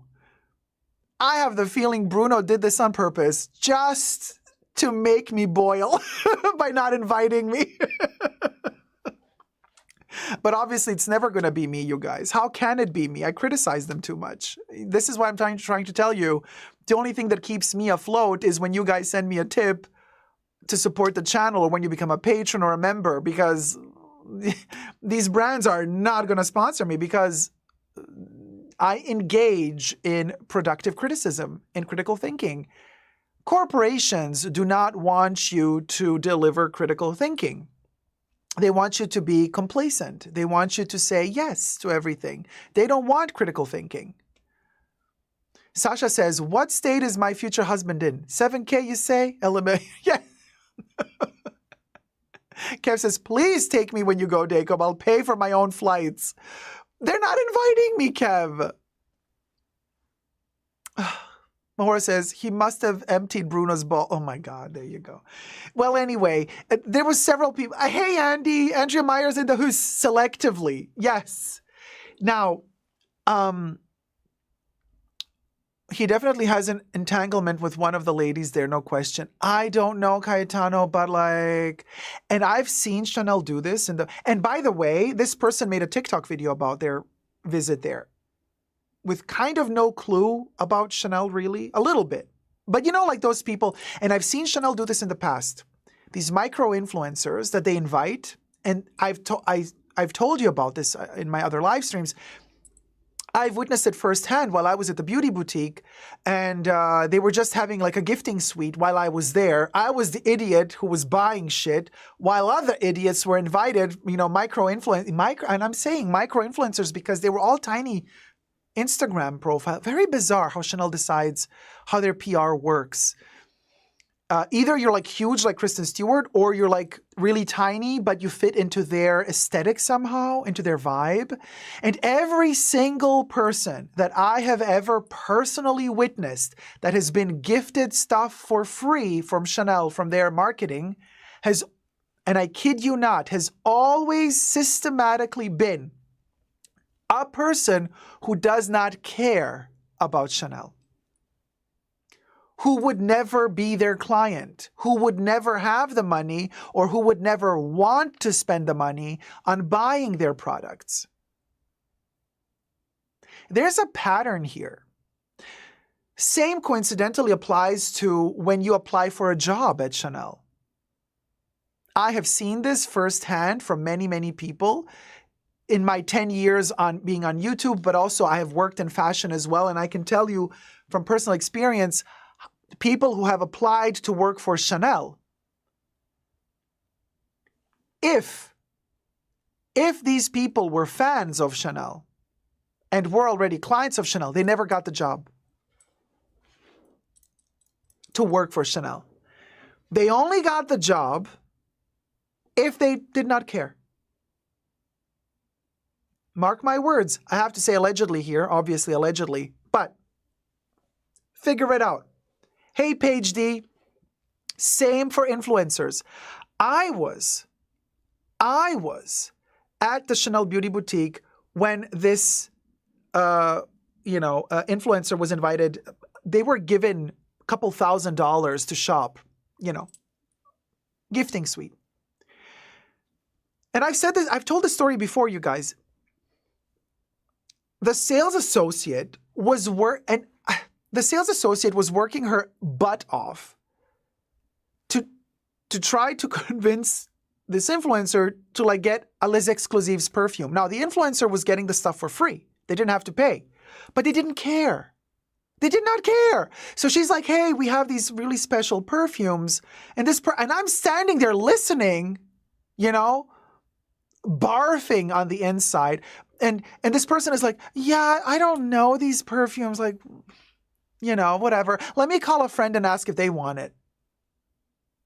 She takes the phone and calls her, "Hey, I'm here at Chanel. Like, there's like these perfumes, but I don't care for them. Do you want one?" And that person on the phone is like, "What? Like Coco Mademoiselle?" She's like, "No, like these, like they have like this exclusive range, like something like, I guess, special. So I don't know, like they're weird names I've never heard of. Do you want to Google them quickly? And maybe there's something you want." And I'm like standing there. I'm like, wow. So Chanel chooses these people to get the free stuff. And then I'm going to take a picture, post it on Instagram, deal done, over. And I've witnessed this several times, because I'm the idiot who spends all my money at Chanel, right? So I'm often there, and I see people come and go to the boutiques, and I hear, Hercule Poirot here, I snoop, of course, because when I'm there, I'm like, I'm listening. And when people write me about, "Oh, Dacob, I tried applying to work at their beauty counter, and I'm a huge fan of Chanel, but I didn't get the job." I'm like, "Yeah, did you tell them that you're a fan of Chanel? They're like, yes, I told them. I'm like, that's why you didn't get the job, most luckily. They don't like to hear that. You got to play it cool. You got to have that Parisian, I don't care vibe. That, like I have barely enough energy to, Patsy Stone, ab fab. I barely have that energy to lift my credit card for you to swipe, to pay. I don't care about anything. My life is, I'm a rich, depressed bitch who doesn't have lust for anything. I just don't care. I really don't care. And then Chanel perpetuates this little, which one of you, be honest, we all know Chanel, we all love it, we're all victims of Chanel, we love it. Which one of you actually sat down to watch one of their book circle videos when they invite the rich, what's her name? The chick from Monaco. What's her name? She's one of the ambassadors for Chanel. I forgot her name. Kev says, I just got an email from Chanel a minute ago asking for my opinion as we speak. Oh, about what? Bruno's listening, Kev. Kaziragi. Yes, Kaziragi. Thank you, Stephanie. Stephanie, yes, it's Kaziragi. Because Kaziragi, they interview her, and she's like, yes, and she's so depressed whenever she talks. You know how they talk, all of these bourgeoisie or aristocracy people, they all have, Charlotte Kaziragi. This way of talking of like, they barely have the energy to express a word, no emotion. So she's like, yeah, because I studied philosophy and I'm reading this book and we're going to share our opinions on this book. And they're filming these ladies all dressed in Chanel. They probably flew her in from Monaco just to film this. And how many of you watched these videos? Chanel, they're like, yeah, book reading, very important. They're trying to perpetuate this intellectual aspect. Like, really? Nobody watches those videos. They did one after an Haute Couture show a couple of seasons ago with Penelope Cruz as well. And now Penelope, I'm sorry, Penelope, but like, I see Penelope Cruz and I'm like, there's not an ounce of intellectual in there. I mean, sorry, but and she was so, she was like a fish out of water. They did a round table after the Haute Couture show, all the ladies, like women reading books, very Chanel, women reading books. And they're all sitting there, the models, and Charlotte was there. I think Virginie was there. And Penelope is just smiling the whole time. You know what I mean? They're talking about some like book and some philosophy. And Penelope is like, Penelope is just like, you know what I mean? Like Penelope being Penelope. And I'm like, why are they doing this? This is like beyond. I love Pedro Almodovar as well. And I think only Pedro Almodovar can actually really direct Penelope Cruz properly. She's never looked good or been perfect anywhere else but in his movies. She's just made for Pedro Almodovar, in my humble opinion. No, I don't dislike her, Nina. She's okay, but she's not the spitting image of an intellectual spending her days dressed in Chanel Haute Couture, sitting in her chaise lounge, reading books. You know what I mean? It's like, what's the image? What are they selling us? That's the concept. You're buying Haute Couture to sit in your rich mansion while you're reading books all day.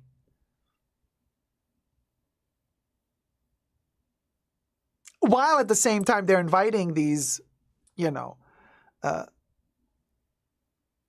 makeup brand owners who are actually competition with Chanel makeup, if you think about it, because Chanel also sells makeup. So if you're inviting a makeup company owner to give them free clothes,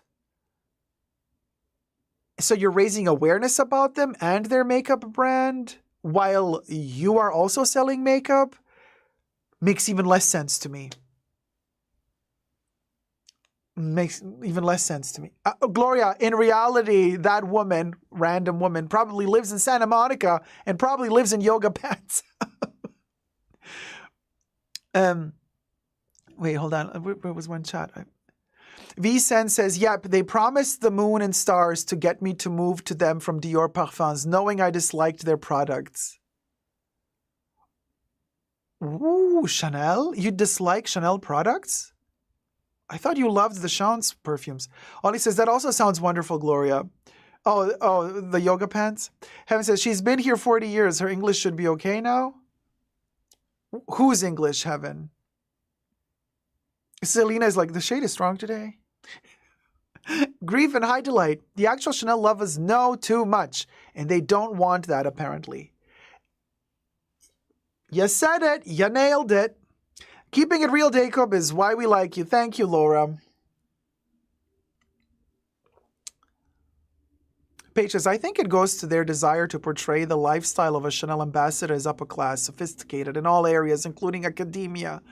Yeah, okay. But in the same process, that snobbery makes everybody else feel terrible about themselves and alienates a ton of customers.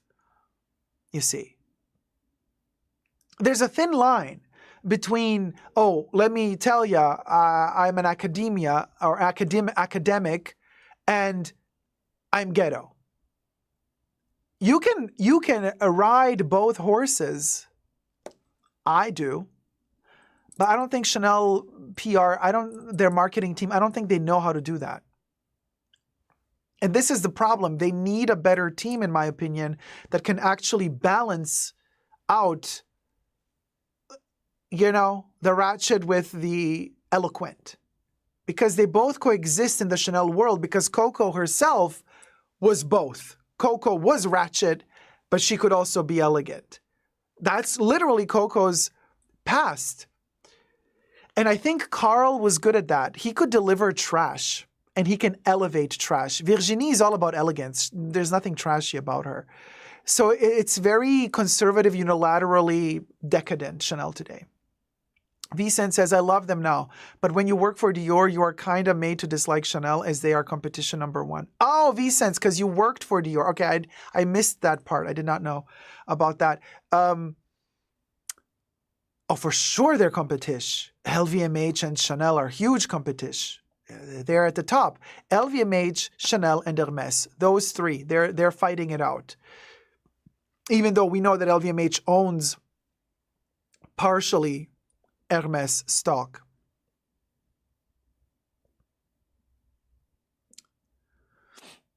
Leah, you made a mistake there.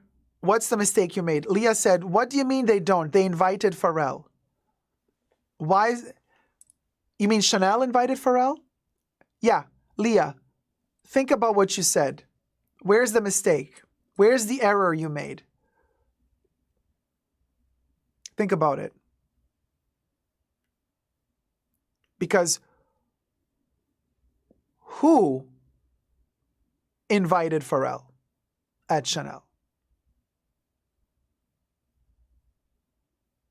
Who invited him to be a brand ambassador? It was Carl.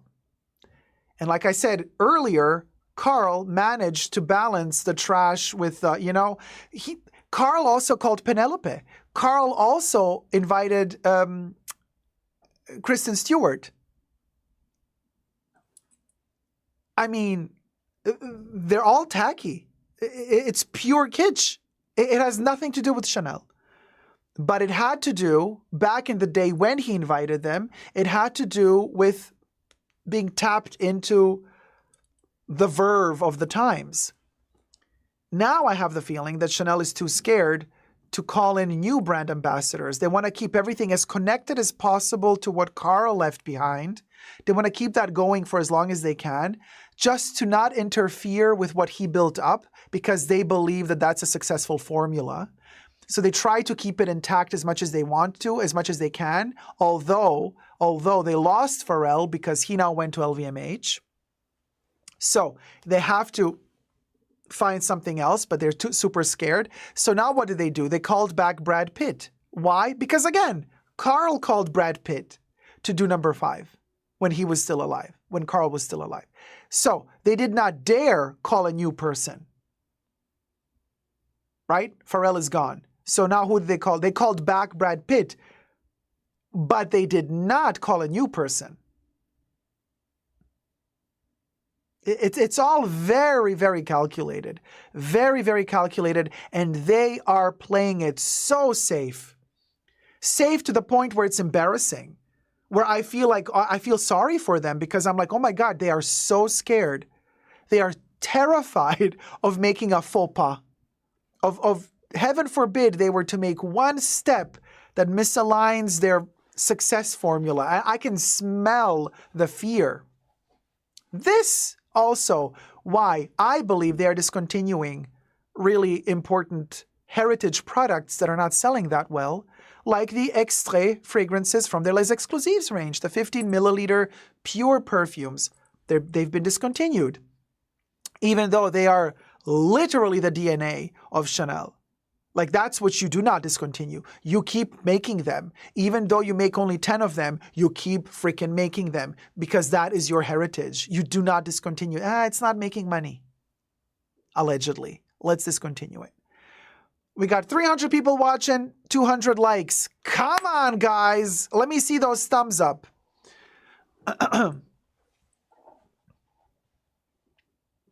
So anyway, D says, but if they play it too safe, they will lose a fortune. We don't know.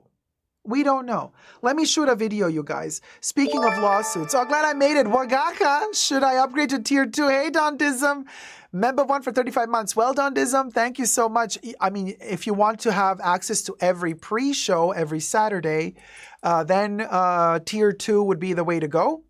As a tier 1 member, you get access to the pre-show every first Saturday of the month. Let me touch up my oily makeup, and then we're going to shoot the first video because, you know, I've been blabbering on for 2 hours, and we got to get the show on the road.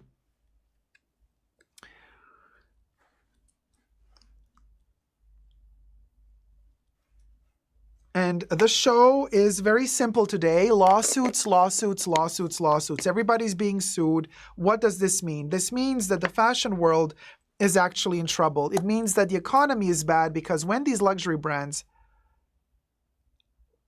start suing each other, let's do the first video. Thank you for becoming a member, D. Higibatha. I'm tier 2 member for 14 months. Time flies, baby. You best believe. Don't we know it, honey? Hashtag not sponsored. I wish. But anyway, let me freshen up. Okay. We're going to do Gap. So I think we have media to show. Okay. Am I going to shift or am I going to automatically shift?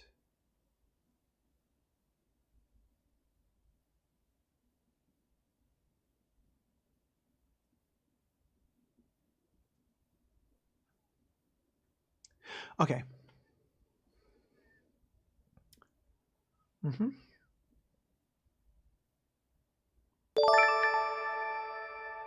Oh, Debbie, member for 27 months, tier 1. Thumbs up, please. Thank you so much, Debbie. Thumb up the live stream. Let's get to 300 likes. I am perky today.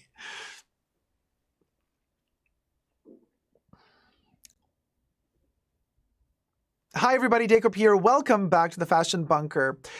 Gap is being sued. Now, Gap is technically not luxury, but it's being sued by a brand that claims to be luxury. Coach. Now, let's get to it. But before we get to it, subscribe to my channel if you haven't already. Push the join button. Next to the subscription button, become a member today. Again, access to extra perks. You can also join me on Patreon. Super Dacob, all spelled together there as well for extra perks. This video is being filmed live in front of a live virtual audience. I live stream several times a week. Come join the fun. Come join the chats. Everything I say in this video is for entertainment purposes only, not rooted in truths or facts. Everything's alleged and just my opinion. So, Gap and Coach. Let me tell you something. When suation starts happening at this level, you know that some major SH, star asterisk T is going down economy-wise, but also in the fashion world, because usually brands, bigger brands like Coach or Gap, they usually sue for copyright infringement smaller brands. Like they come after smaller companies to kind of block them off from establishing themselves on the market. Rarely does it happen that a major brand comes after a major brand. Like usually because, they both can afford good lawyers and they can both afford to litigate for a long time. Usually they steer clear from each other, or they can warn each other. They could just say, hey, here's a cease and desist letter and let's send it there. Rarely does it kind of escalate to this point, but I guess economy is definitely worse than they try to lead us on to believe that it is, meaning a lot of these brands are still trying to play that game of like, everything's good with us, la-di-da, la-di-da. They don't want to tell you how many people they fired. They don't want to tell you how many locations they're going to shut down. The boutiques are still full of clothes. Their merchandising is still on fleek. The photo shoots for the ad campaigns are still delivered on time. They're acting like all is good in the land of the Wizard of Fashion Oz. But then they start the suation. So what happened? Something really ridiculous. I mean, I want to hear your opinions because obviously I want to know what you guys think. In my opinion, it's a little bit ridiculous. But so what happened was Coach is suing allegedly Gap because Gap used the word coach on one or more than one, but I think one of their products, a t-shirt. Let me show you. So let me show you. Here I have a picture. Okay. Now, Old Navy is a branch of Gap, just to let you guys know. It's like COS is a part of H&M. H&M owns COS. Gap owns Old Navy. So it's the same company, basically. So Old Navy made a t-shirt with a print. Okay, so for the baby, they made the champ, and the coach of the champ is the mom. That's the idea behind this. So it's mommy and the baby is the little champion that's growing up, and the mommy is the coach of the champion. You get the gist, right? You get the gist. Now, she's the coach of her child. But the brand coach was not having it. So the brand coach is like, cess and desist. Yesterday. And so they requested Old Navy to take off the market whatever was left of these t-shirts, and the suation is apparently happening. Meowser says, they picked a name you can't trademark. Tarima Caruso says, no. Really, coach? Oh my God, so cringe. Sasha says, I guess we are asking if you can really own a word we all use. Kuro is like, wow. Oshidi says, coach will lose this lawsuit if it goes to court. Sweet Thing says, that's ridiculous. It's obvious they are referencing sports. Debbie says, oh, the font is the same. Listen, this is a good question, Debbie, actually. That's actually a good question. It's not identical. It's not the Coach font, but you could say it's similar. You could say it's similar. Ollie's asking, who would buy that? But the baby shirt is cute though, says Ollie. I mean, if you're going to do a mommy baby twinning look, I guess it's kind of cute if you're into that. The coach of the champ, kind of cute. But just the champ alone, by the way, fair use, this photo, because it's from the Old Navy website to promote their own t-shirt. Heaven says cheap moms on a budget would buy it. Well, Coach is claiming that they're losing money because somebody's kind of using Coach's name to profit off of their. Actually, it's really kind of funny what they write in the article, because they say, like, many decades of work that Coach has done to, they say Coach has initiated a legal battle against Gap Incorporated, accusing its Old Navy division of trademark infringement. And the lawsuit was lodged in Los Angeles federal court. I'm reading an article from Hollywood Unlocked. There you go. And so anyway, Gap's sale of T-shirts emblazoned with the word Coach is the issue, right? And they filed this complaint.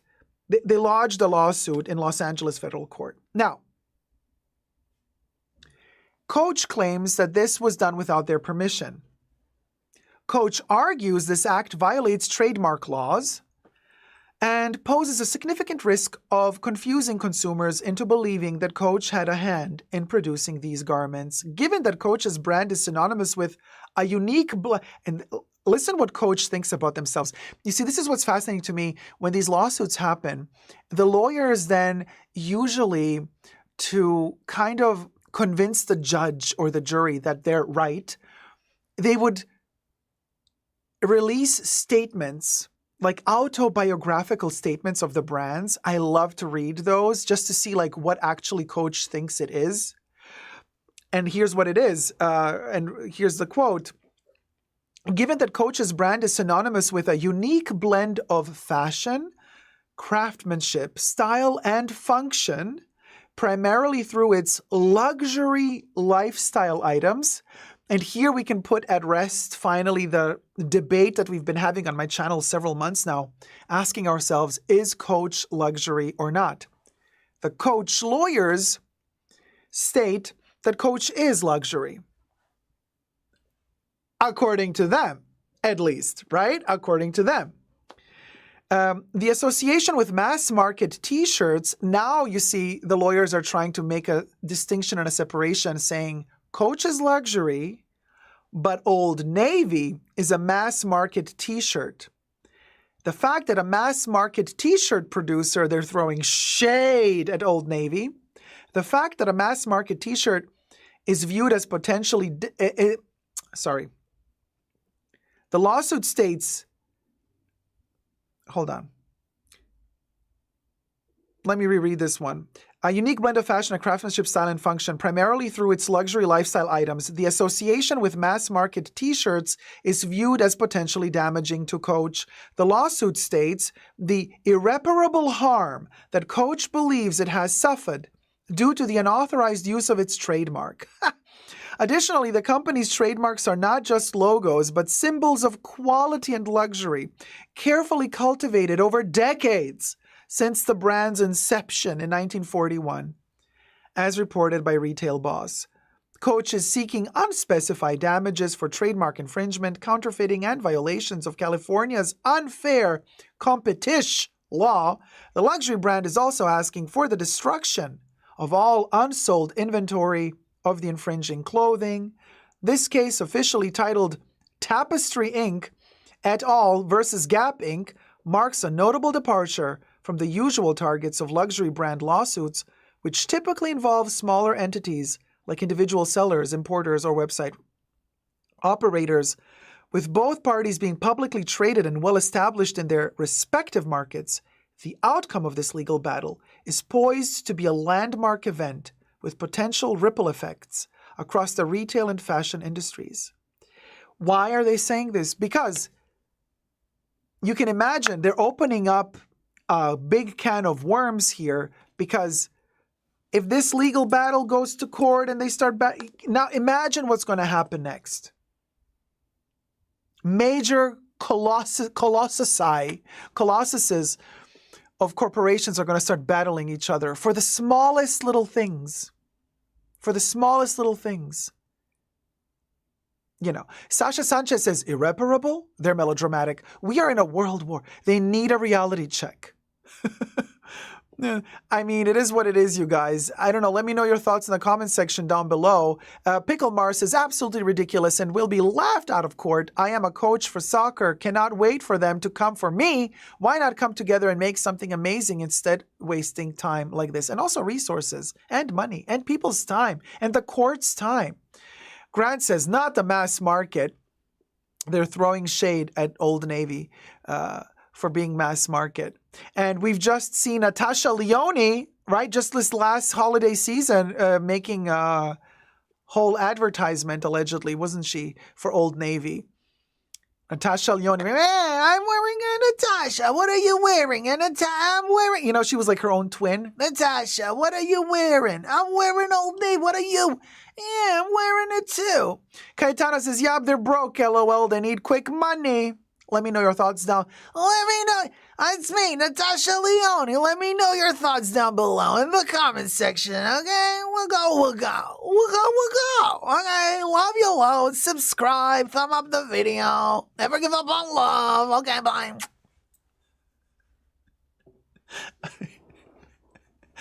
Natasha. You know. Ollie's like, are we still arguing whether Coach is luxury or not? Well, according to Coach, Coach is luxury. Next video. We'll go. That's a good Natasha. Thank you, darling. Now, speaking of ink, you know, because incorporate, because we were talking about the Gap Incorporate and Tapestry Incorporate, ink.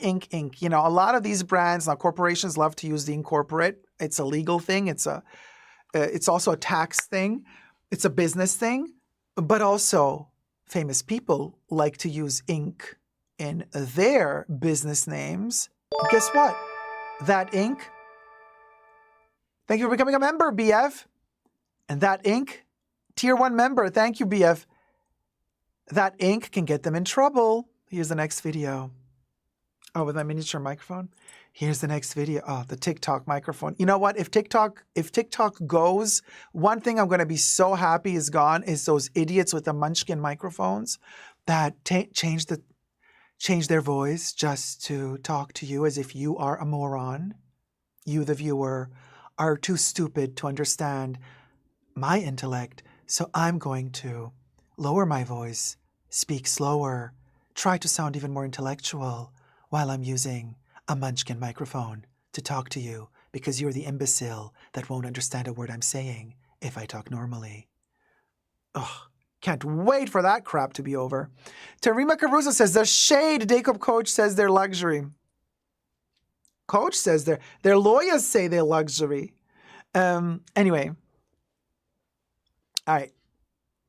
Hit it. Hi, everybody. Dacob here. Welcome back to the Fashion Bunker. Pharrell Williams, he likes to say butter. You know, his Louis Vuitton Canal Street bags are butter. But he has trouble because, you know, being appointed artistic director at Louis Vuitton and also being a very popular and successful music maker is not enough, apparently, for him. He wants to expand even more. So he wants to create another brand, company, and incorporate, and he called it Pharrell Inc. Actually, he abbreviated it and called it Pink. P for Pharrell and INC for incorporate. But when you put it together, it sounds like the color pink. Except it's P.INC. Now, we'll go, because here's the trouble. He's being sued for the pink. By who, one doth wonder? Well, the solution to that question right after this. First, subscribe to my channel if you haven't already. Push the join button next to the subscription button. Become a member today. Gain access to extra perks. You can also join me on Patreon. Super Dacob all spelled together there as well for extra perks. This video is being filmed live in front of a live virtual audience. I live stream several times a week, so come join the fun. Come join the chats.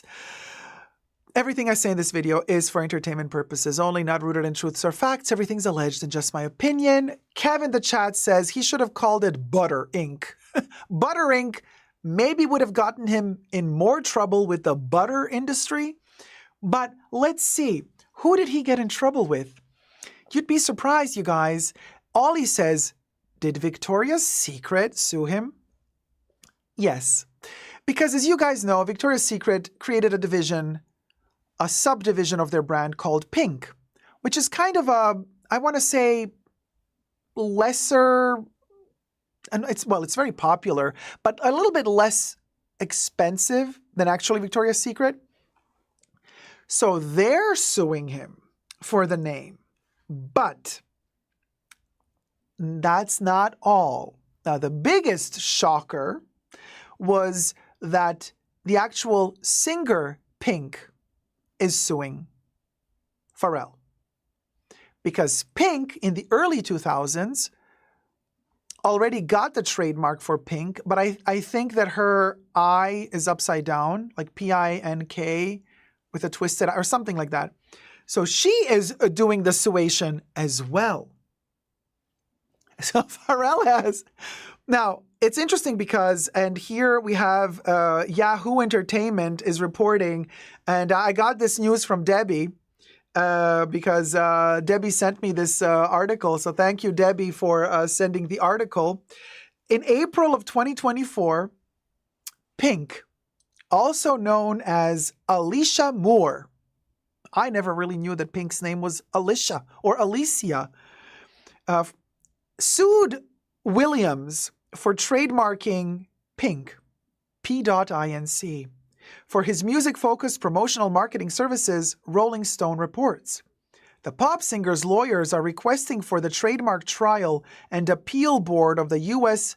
Patent and Trademark Office to not authorize his trademark, as they claim that it resembles the Pink trademark, which court documents show she applied for in 1999 and registered in 2001.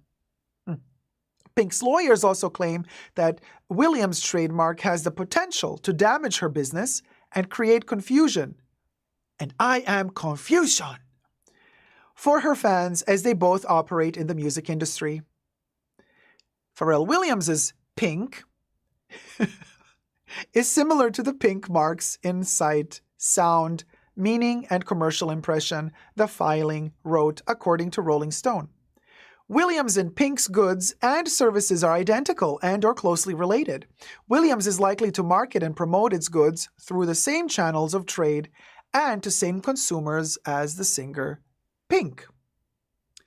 According to Billboard, Williams is also catching heat from Victoria's Secret because of their Pink sub brand, just like Cause for H&M or Old Navy for Gap. We just had another situation with Old Navy being sued, or Gap being sued by Coach for another copyright infringement. Isn't it interesting how we have so many suations going on? You would think that maybe there's a recession going on, and these brands and these people are kind of, when they start suing each other and bickering like this, you know they need the money, honey, or they want even more money.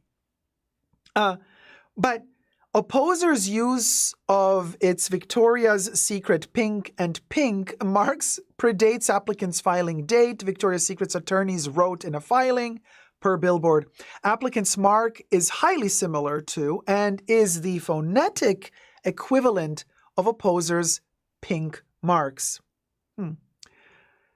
Interesting. Earlier in April, the outlet reported that Williams and Chad Hugo, yes, Pharrell Williams has a third lawsuit as well going on.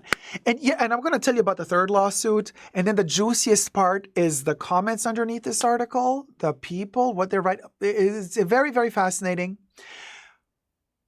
Pharrell is at the top of the world. He's the artistic director of Louis Vuitton Men. He has a music career. Why does he need this? Why does he need more and more and more? Why the greed? You're a millionaire. Why? You know what I mean? Like, why do you need this? I don't feel sorry for these people. It's like you wanted a bicycle, now pedal. Here you go. Everything I say in this video is for entertainment purposes only, not rooted in truths or facts. Everything's alleged. Just my opinion. Thumb up the video if you're liking it. Listen to this. This is where things get particularly greedy, in my opinion. Earlier in April, Pharrell Williams and Chad Hugo, a friend and fellow member of the Neptunes, entered a legal battle of their own because Pharrell is co-founder of the Neptunes, right? Music. Hugo and his lawyers claim that Pharrell Williams sought complete ownership of the duo's trademarks. Why would you do that, Pharrell? You're so rich already. Why are you trying to get your friend out of the business and snatch everything away from him? Allegedly. Lawyers say, throughout their over 30-year history, Hugo and Williams agreed to, and in fact have divided all assets, Kenneth D. Freundlich, Hugo's lawyer, wrote in a filing. By ignoring and excluding Hugo from the any and all applications filed by applicant for the trademark the Neptunes, applicant has committed fraud in securing the trademarks and acted in bad faith. In response to Hugo's allegations, a representative for Pharrell Williams claimed that he and his team had made efforts to communicate with Hugo, and the lawyers then say, from Pharrell's team, we have reached out on multiple occasions to share in the ownership and administration of the trademark and will continue to make that offer, the representative stated. The goal here was to make sure a third party doesn't get a hold of the trademark and to guarantee Chad and Pharrell's share in ownership and administration. La-dee-da. La-dee-da. Let's get to the comments. And here I want to state something. I'm particularly appalled by the comments underneath this article.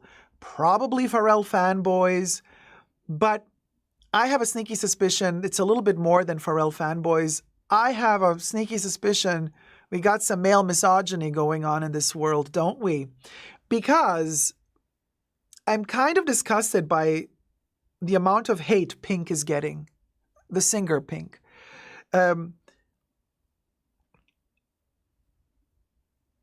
Because they're making fun of her in the chats, in the comment section. They're stating that she's, terrible. She doesn't deserve to have a brand anyway. If she wants to, copyright the word pink, well, that's on her. That's her problem, blah, blah, blah. So somebody interestingly commented, because somebody said, so Victoria's Secret argument is that their customers aren't smart enough to tell the difference between a lingerie brand and a music company.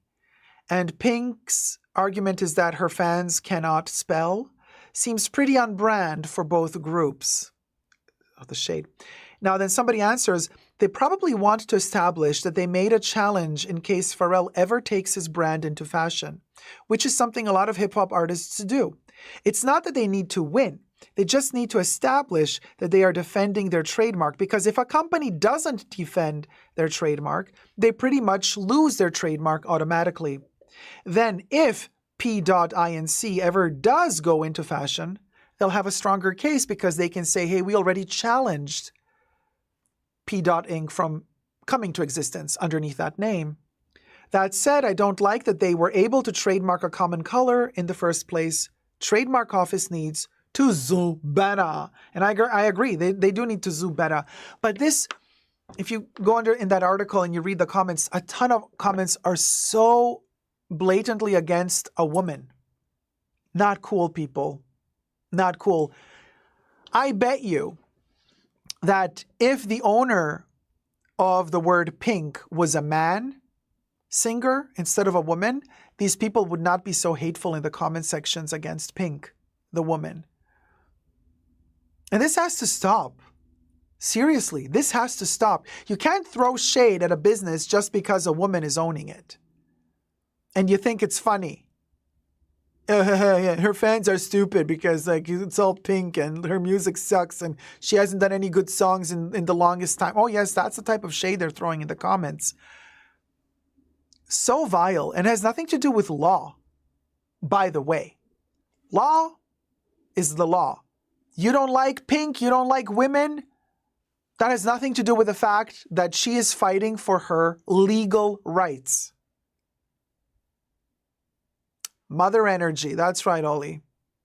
Debbie says, Pink is a talented singer and performer. Just Joe says, it's still a man's world. Heaven says, and she's kind and she stands up for important issues. Exactly. So, now, Tarima says Pink has legitimate reasons to sue since they are both musicians by occupation. And also, they both do merch. They can both go into fashion at any given time. And when they do, underneath that brand, I can see how it can be confusing. Because when you say it, it sounds the same. Oh, you want to buy a Pink t-shirt? Yeah. Wait, is that from Pink from Pharrell or Pink from Pink? You see what I mean? It becomes complicated. So, let me know your thoughts and prayers down below. And please stop hating on women just because they're successful career people and musicians and whatever you want. Keep it real. Keep it real. And if you want to throw shade, I'm always ready to listen, but keep it real. Because even the shade should be kept real. Thumb up this video, subscribe, and until next time, never give up on love. Bye.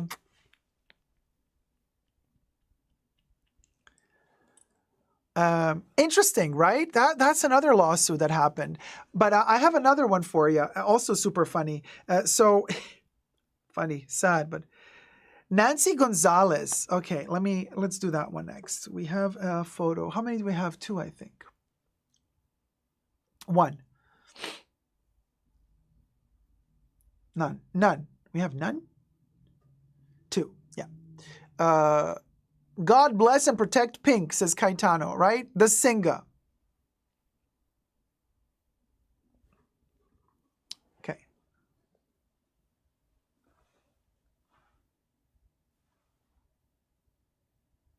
Hi, everybody. Dacob here. Welcome back to the Fashion Bunker. Does anybody know who Nancy Gonzalez is, or Gonzalez? Anybody know? Well, she is a luxury designer, but mostly handbag maker, I want to say. I personally do not know her or of her, but apparently she's been selling baglets for a ton of years to famous people around the world. A designer. Nancy Gonzalez is, sentenced to prison. she's going to the slammer. For having imported into the United States endangered species of skins, hides of reptilians, caimans and other endangered species, snakes, pythons, and what have you. Prison, baby. We're going to get to it right after this. First, subscribe to my channel if you haven't already. Push the join button next to the subscription button. Become a member today. Again, access extra perks. You can also join me on Patreon. Super Dacob all spelled together there as well for extra perks. Thank you to my members and patrons who have already pledged. This video is being filmed live in front of a live virtual audience. I live stream several times a week. Come join the live chats. Hello to my co-chatters. Everything I say in this video is for entertainment purposes only, not rooted in truths or facts. Everything's alleged. Just my opinion. Kev knows her, says, oh, she's the croc lady. Ollie says, I saw her bags at Barney's. Tarima Caruso says, gasp. Well, everyone wants exotics lately. Well, there's several articles online, and I have here one particular article from The Guardian, but you can check there's like at least 10 or 20 different articles. Here she is. This is Nancy Gonzalez. Beautiful Nancy. Now, didn't they say that she is actually in her 70s now? She's 71 years old. This is not a face of a 71-year-old woman. Maybe the picture was taken years ago. Picture is from her old deactivated website. Nancy has deactivated her website. So that's a picture, that's a profile picture she chose to use on her own website. 71 years old? Okay. How old is the picture? Is the picture 71 years old or is she 70? But Ollie says she's a Latina, aging good DNA. Now, Kudo wants to know, where is the mugshot? Oh my God, you are my people. Ratchet as ever. It's a good question. There should be a mugshot because she went to court in Florida. But here's the story. Here are the deets. The poverty. Designer Nancy Gonzalez sentenced to prison for smuggling crocodile and python handbags, y'all. Celebrity fashion designer who recruited couriers to transport bags from her native Colombia to the U.S. on commercial flights receives 18-month sentence. Now, listen. Haven't we learned? Didn't we just watch on Netflix Sofia Vergara teach us how it's done from Colombia to America as Griselda? We just watched Griselda on Netflix, literally doing the same thing, but with drugs, smuggling with chicks on airplanes from Colombia to America. She would like book 20 tickets, 30 tickets, plane tickets for chicks to smuggle in the dough into America. Oh, literally from America to Colombia, from Colombia to like Florida. And now we have, and America has not learned anything, right? And this happened in the 80s with Griselda. But now Nancy Gonzalez did the same thing apparently, but instead of the drugs, she was smuggling reptiles.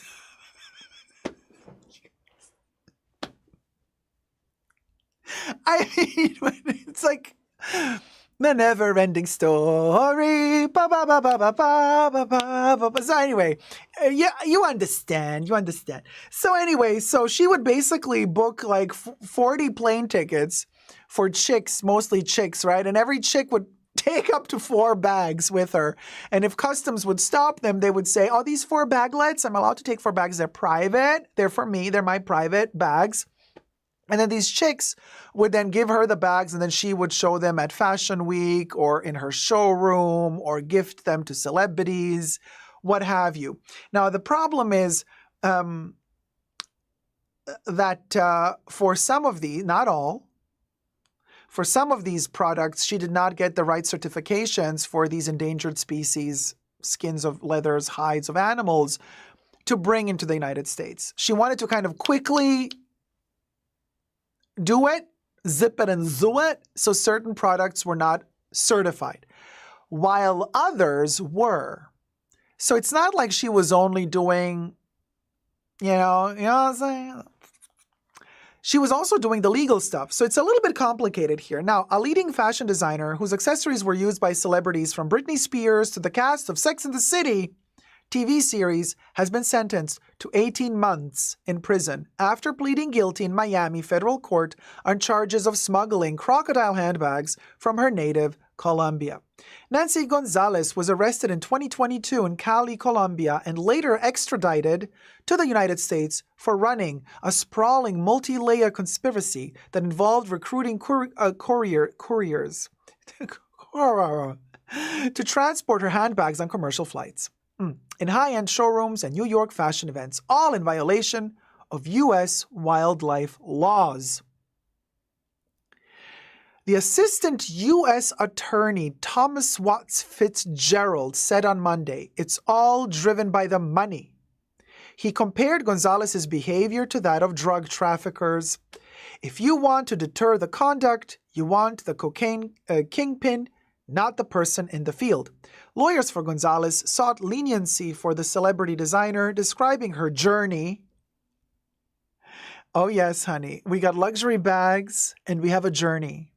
She's on a journey, not towards a Birkin. This is a different kind of journey, but it's a journey, honey. So, describing her journey as a divorced single mother of 2 children who designed belts on a home sewing machine in Cali for friends into a fashion icon who outcompted the likes of Dior, Prada, and Gucci. She was determined to show her children and the world that women, including minority women like herself, can pursue their dreams successfully and become financially independent. They wrote in a memo prior to Monday's hearing, her lawyers. Against all odds, they continue, this tiny but mighty woman Mighty Mouse, was able to create the very first luxury high-end fashion company from a third world country. The attorney said the 71-year-old designer had already paid dearly for her crimes. The Colombian company she built which once employed 300 mostly female employees, declared bankruptcy and stopped operating after her arrest. They also argued that only 1% of the merchandise she imported into the U.S. lacked proper authorization and were samples for New York Fashion Week and other events. Gonzalez, addressing the court before sentencing, said she deeply regretted not meticulously complying with U.S. laws and that her only wish was to hug once more her 103-year-old mother. I love when they tug at the heartstrings of the court, by throwing the mother under the bus. From the bottom of my heart, I apologize to the United States of America. I never intended to offend a country to which I owe immense gratitude, she said, holding back tears. Under pressure, I made poor decisions. Prosecutors, however, countered that Gonzalez had acquired great wealth and an opulent lifestyle, which contrasted with the couriers she recruited to smuggle her merchandise into the U.S. In other words, they're like, yeah, millionaire, but then you're charging an apple and a quarter, you're paying an apple and a quarter to these women who are kind of, importing the bags for you. They're not rich. That's what the prosecutors are countering. The couriers were instructed to say that the items were gifts for their relatives if they were asked any questions by customs agents. Her mission turned into producing felons, said Watts Fitzgerald. She tried to rewrite the law for herself, to do it her way. According to the testimony of her co-defendants and former employees ahead of important fashion events, Gonzalez, described as a micromanager, would recruit as many as 40 passengers to carry 4 designer handbags each on commercial flights. In this way, prosecutors estimate that she smuggled goods that fetched as much as $2 million in the U.S. Gonzalez attorneys disputed the claim and said each skin cost only about $140. I love how they're playing innocent and dumb. Yeah, maybe the skin cost $140, but she wasn't selling them for $140 now, was she? How much was she selling them for?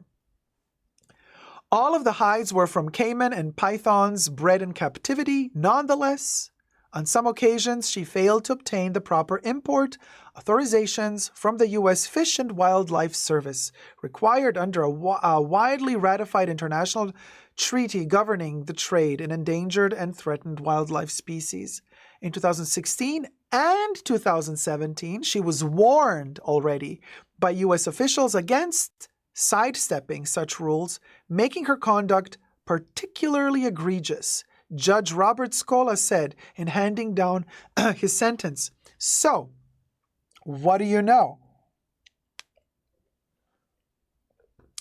I was about to say, I'm feeling sorry for her in a way, but now that we know that she already was warned by the court back in 2016 and 17, stop doing this, Missy. But she didn't stop. Well then, Debbie says no excuse if she was warned, right? Prosecutors had been seeking a stiffer sentence of 30 to 37 months, but the judge said he was taking into account that she nearly spent 14 months in a harsher condition prison in Colombia while she was waiting to extradition to the United States. Gonzalez, who has been free on bond under confinement at her daughter's home in Miami, must surrender on June 6th to begin her sentence. Although trade in the skins used by Gonzalez was not prohibited, they came from protected wildlife that requires close monitoring under the Convention of International Trade, an endangered species of wild fauna and flora known by its initials as CITES, C-I-T-E-S. She sold to a lot of famous people. Let me show you a picture. We got proof from, I think, her Insta that was shared by Scene On, another Instagram account that shared Kris Jenner's post. This is 145 weeks ago, but just shows you how long Nancy Gonzalez has been in the business. Kris Jenner. I love my Lexi bag. Nancy Gonzalez official. She is stunning. Thank you. Shop the Lexi at our retailers. Okay. Now, I don't believe that Kris Jenner posts anything for free. So I guess Kris Jenner probably got the bag for free. Maybe also got paid to post on her Instagram. You know what I was saying? All this to say what? Nancy Gonzalez knows what she was doing. If she's fiddling and diddling with the Kardashians and the Jenners, you know what I mean? If you're fiddling and diddling with the Jenners, is your slate clean? Is your slate clean? I mean,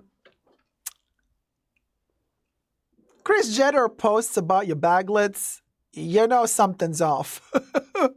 You know something's off. Judging by the look of those bags, says Kev, I think those rare reptiles died in vain. Oh, the shade. Oh, the shade. Oh my God. Oh, this one warrants a reread. Kev says, judging by the look of those bags, I think those rare reptiles died in vain. You know what? We're going to do this a third time, and I'm going to do the cringe TikTokers that use the Munchkin microphones and change their voice to talk like that because you're the imbecile that doesn't understand what they're saying. So they're going to change their voice to be more educational to you, the stupid viewer. As the TikTokers on their Munchkin nano microphones would say, judging by the look of those bags, I think those rare reptiles died in vain. Salma Hayek, Britney Spears, and Victoria Beckham are among the celebrities who have bought Gonzalez's carefully crafted handbags. Her work was also included in a 2008 exhibition at the Metropolitan Museum of Art in New York. Gonzalez's attorneys showed in court a video from 2019 of top buyers from New York department store Bergdorf Goodman, Saks, and others praising the designer's creativity, productivity, and humanity. Which just shows you how ratchet these brands are, these companies, these shops. Nobody cares about your background. Nobody cares if you did something sustainably or not. The fashion world is the most corrupt, you guys. No morals whatsoever. Comments prosecutor Watts Fitzgerald said the retailers likely regret what they said today. The shade! The shade! Fitzgerald says, they must be regretting they were ever put up to that, and if they heard it was presented in court, they would cringe, said Watts Fitzgerald. They have their own brand to protect after all. And oh boy, what brand they all have. All of these brands have monstrosities of skeletons in their even more monstrous labyrinthian closets. Allegedly, of course. Thumb up this video, let me know your thoughts and prayers down below, and subscribe. Until next time, never give up on love. Bye! Cha, can you believe? Lifetime just for mingling with Kardashian, says Leah. Oh my God, the shade. You guys are terrible. I love you. Life just for mingling with the Kardashians. Oh my God. Oh my God.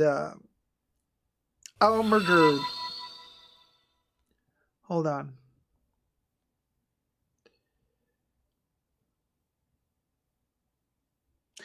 And of course, the biggest legal dispute of them all is, like we said earlier on, that potential TikTok ban that good old Joe just signed off on today, right before election. Whoever advised him really wants him to lose that election, don't they?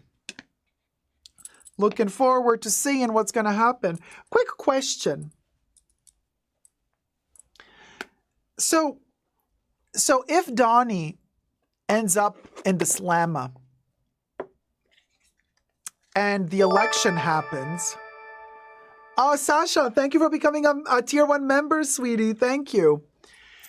So if Donnie ends up in the slammer, but he is still voted to become the president, okay, hear me out.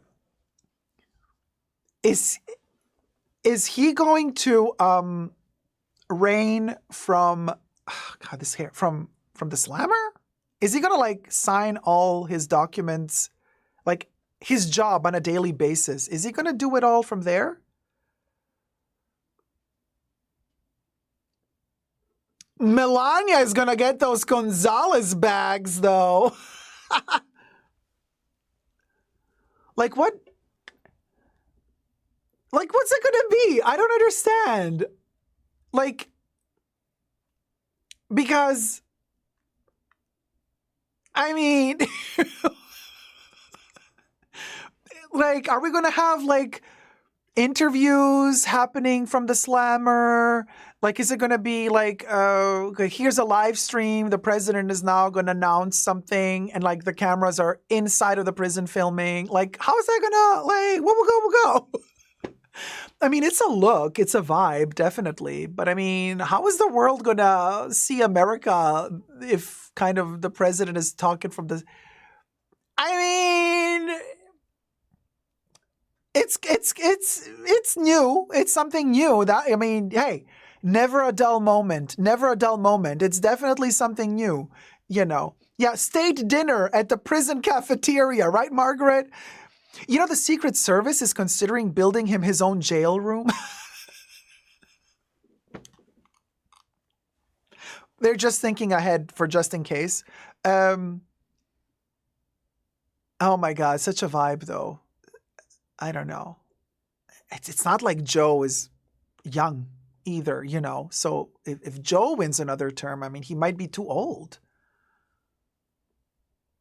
Like we might end up with either one president in the slammer or the other president in an elderly home, like kind of in bed. So it's kind of either way you put it, it's a prison, right? One or the other. They're going to be confined in a small space. Fascinating.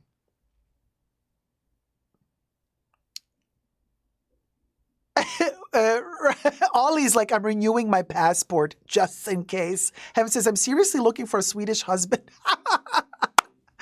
Of course, Ollie. Ollie's like, I'm getting a Louis Vuitton passport holder right now. I mean, it's so funny. It's kind of funny. I mean, it's obviously it's sad. Of course, I take this seriously. But you guys, we're trying to lighten the mood here. My channel is here to talk about fashion and fun times.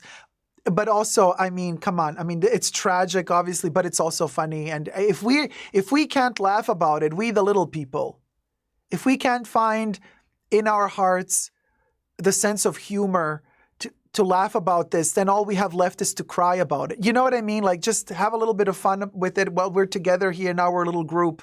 We're clever enough. You know, we can laugh about these things just to kind of lighten the mood a little because God knows we got a lot to deal with this year.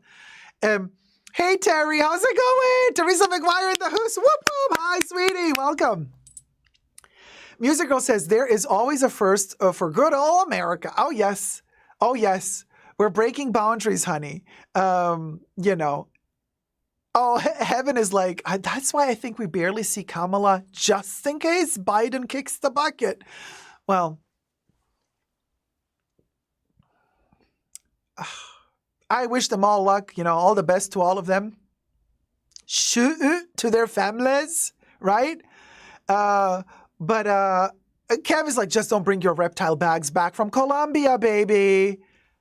Debbie's like, I'm just gonna sit in my tree house. Exactly, Debbie. You're all set now. You've fixed all your issues for now. So at least that part is like you're good to go. This year's it's gonna be a breeze. It's gonna be a breeze. You know, busy Lizzie. I'm just gonna keep on knitting and leave my lips closed. Exactly. Kev, you know me and Gloria won't get caught, says Ollie. You know what Ollie's gonna do? You know what Ollie's gonna do? She's gonna cut out from the double flaps she's gonna take the authentic Ollie. This is her business model. She's gonna take the authentic Chanel double flaps. She's gonna cut out the interior flap And she's going to put a reptile. She's going to go to Colombia. She's going to put a reptile interior flap. So when she flies in and the customs are like, what will go? She's like, nothing. I did nothing. This is my Chanel bag. This is the interior. That's how Chanel made it. Well, nothing. I did nothing. And you're going to go fly back. And Ollie reporting in the pre-show every Saturday. She's like, guys, I got 4 blue alligators, 5 red crocs. I can offer you a really good deal under the table if we keep it hush-hush under us. Otherwise, gonna cost you more if you wait a little longer. But you want another color, sweetie? I can get you another color. What color you want? Yellow? Piss yellow? Let me go get you. Let me fly out hubby with another Chanel bag. He can put an interior. Ring, ring, ring. Oh, my God. Who is it now? Hello? Bruno? Hi. Uh-huh. Chanel does not do exotic leather anymore. Uh-huh. Yes, I know, Bruno. You stopped doing that in 2019. I remember. Yes. You made a very clear You made a very clear statement. Yes. Métier d'Art 2019, Paris, New York, Egypt. Uh-huh. I know. You did the crocodile. Yes, I know. Word game. Oh, that was your idea? Clever. Yes, you are. You're smart. Yes, you are. You're very smart. Yes, you are. You're super smart. Yes, we love you. I know Chanel would not put a crocodile inside of a bag. No, it was satire. Bruno, it was satire. I wasn't being serious. Hello? You got a what? You have to hang up now? You called me! Oh, you have to hang up because you have to make another price increase. Okay, sweetie. Yeah, you go do the other price increase. Okay. All right, sweetie. Yeah, I love you loads. You could have invited me to the haute couture gifting suite in LA. Thank you for nothing. Hello? Hello? He just hangs up whenever he wants to. Obviously, this phone call never happened. This was just satire. It was all fake. I have to say it, just to be very clear. Chanel wants to tell you they're not doing exotic skins anymore since 2019. So technically, Ollie, if you do fly from Colombia back to the States with the Chanel and caviar leather exterior, exotic interior, be sure to tell the customs that your bag was pre-2019.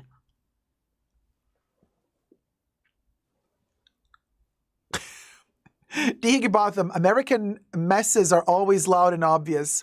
Like California doesn't know where $25 billion for the homeless went. Did you hear that news? Good old Democrat California, when prompted, like, hey, tax money that went to help to house and to feed the homeless, $24 billion. And California is like, oh, yeah, about the $24 billion,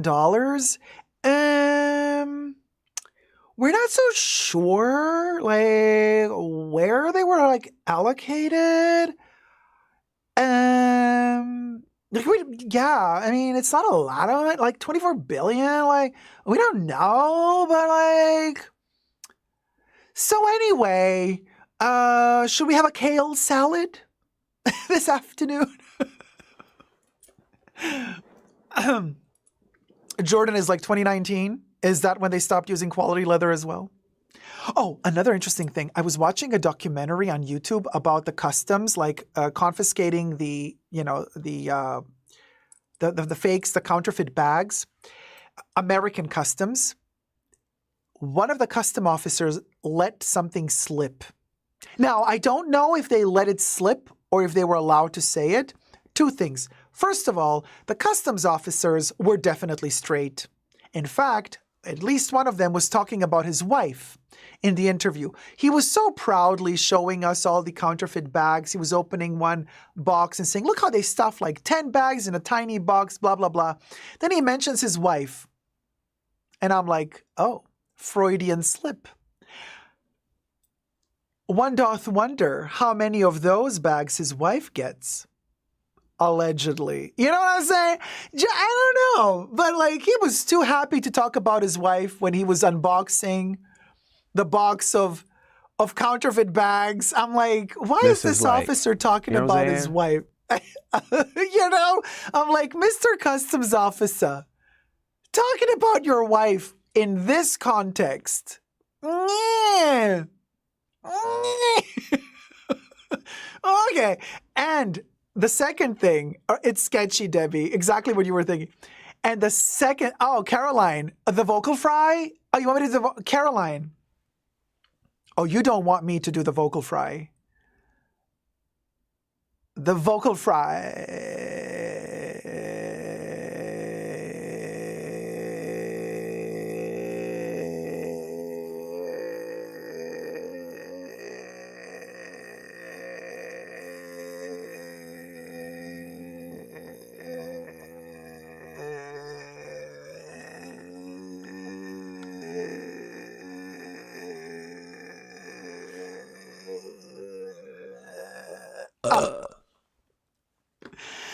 So as I was saying, the other, what's his name? That was a vocal fry, Don. What? You wanted a vocal fry? You got a vocal fry. Like what? The other agent, he said, you remember our conversation about authenticators? And I said, you know what? The authenticators, I would not trust authenticators. Also, Chanel then, in their lawsuit, in one of the Wagaka lawsuit, they're like, Wagaka cannot authenticate. Only Chanel can authenticate. Well, one of these customs officers, while he was handling some counterfeit Chanel bags and other brands, like they were on the table in front of him and the reportage was filming, he said, brands like Chanel send their people to teach us how to authenticate.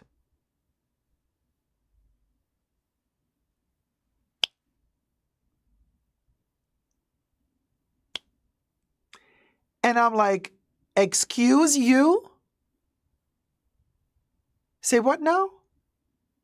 Chanel sent their representative to American Customs to teach you guys how to authenticate. I was like, interesting, isn't it? Evian, the title. I would love to know. Wait, who sent me that video? I wish I could know. I can actually give you the title as soon as I find it. So the customs are more qualified to authenticate than Wagaka. Well, Kev, apparently so. But all this you guys, I'm not saying, let's trust the customs, because I never do. But that's just but Renegade Realtor, Dacob a Kardashian? Dang, just hopped back on and missed something. Oh, yeah. Yes, I vocal fried the shit out of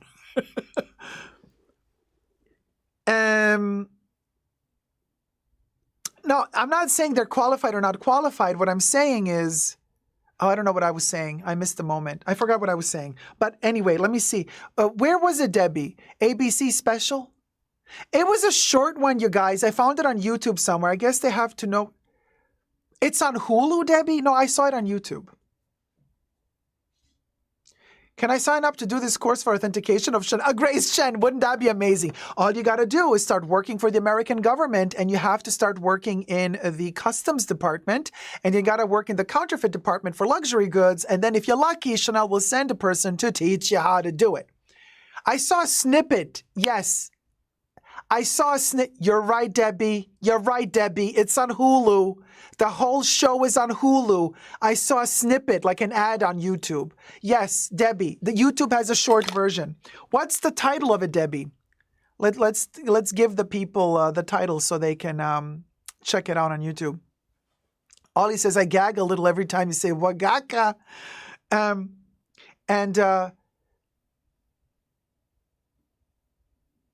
Let me check. Okay, Debbie. Yeah, check. Because it's a whole series on Hulu. You're right. I just saw a snippet. I'd love to work for customs. I can smell those who try to smuggle in goods from Europe without paying, says Kev. Oh my God, Kev, you would be...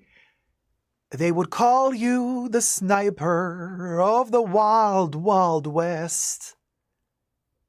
Nobody passed by Kev, even the best.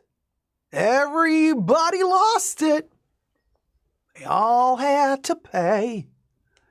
The price was high. The counterfeits did not slay. Kev won him over. He found all the fakes. Everybody trying to evade the taxes. He made 'em pay double, triple, even.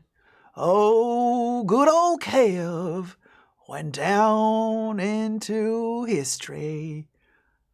Luxury counterfeit history today.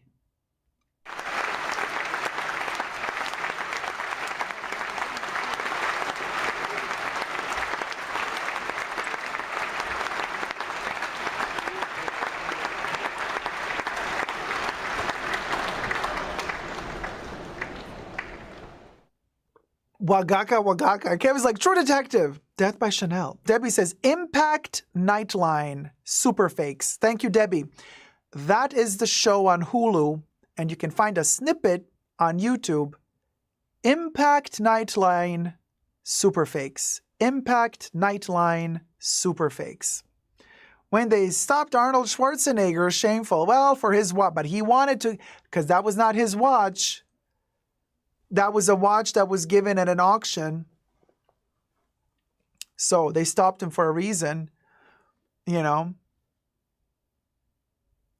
D. Higginbotham. So if you buy a Chanel off of Wagaka, do I take it to customs for authentication? No. You can take it to Chanel for authentication. But, of course, if they grant you authentication, what they do is you have to pay, and they send it off to France, and then from France it gets sourced out to either Italy or France, depending on where the bag claims that it was made on the stamp, made in Italy or made in France. Some wallets on chain are made in Spain. So anyway, they send it off for authentication to France or Spain. Then if their factory or wherever they send it off to deems it authentic, you get it back. If they deem it fake, they take the right to destroy the bag. So you do not get the fake bag back again. And you also do not get the money back that you paid them for authentication. Grace Chen, no, they do not. Chanel does not actively say that they can do the authentication. What you need to do is you need to take your bag to a Chanel boutique and say that you would like to authenticate it. It's at their discretion if they want to accept the bag to send it off for authentication or not, but it costs money. They can charge. Now, contrary to popular belief, some people say, but you know, the sales associates can authenticate. No. The sales associates are explicitly not allowed to authenticate the bags. Their job is not to authenticate Chanel goods. Sales associates' jobs are to sell boutique products. Period. It's not part of their job to authenticate. They cannot authenticate the bags you bring in. They're also not allowed to, right? What they can do, but it's at their discretion and at the manager's discretion, they could send it off to France for authentication at your expense, if they accept to do so. They might also do it for free, but usually not. And if the bag is deemed fake, they take the right to destroy. Yes, Sasha Sanchez. Yeah, best believe they reserve the right to destroy. David Allen Green, that song was fantastic. Great singing, Dacob. Thank you, David. Well, thank you. Well, thank you kindly, Miss Sir. Thank you. Thank you. Very, very kind. Thank you so much. I just bought a vintage one. I'm curious. I might go in the store to ask. Good luck, Grace.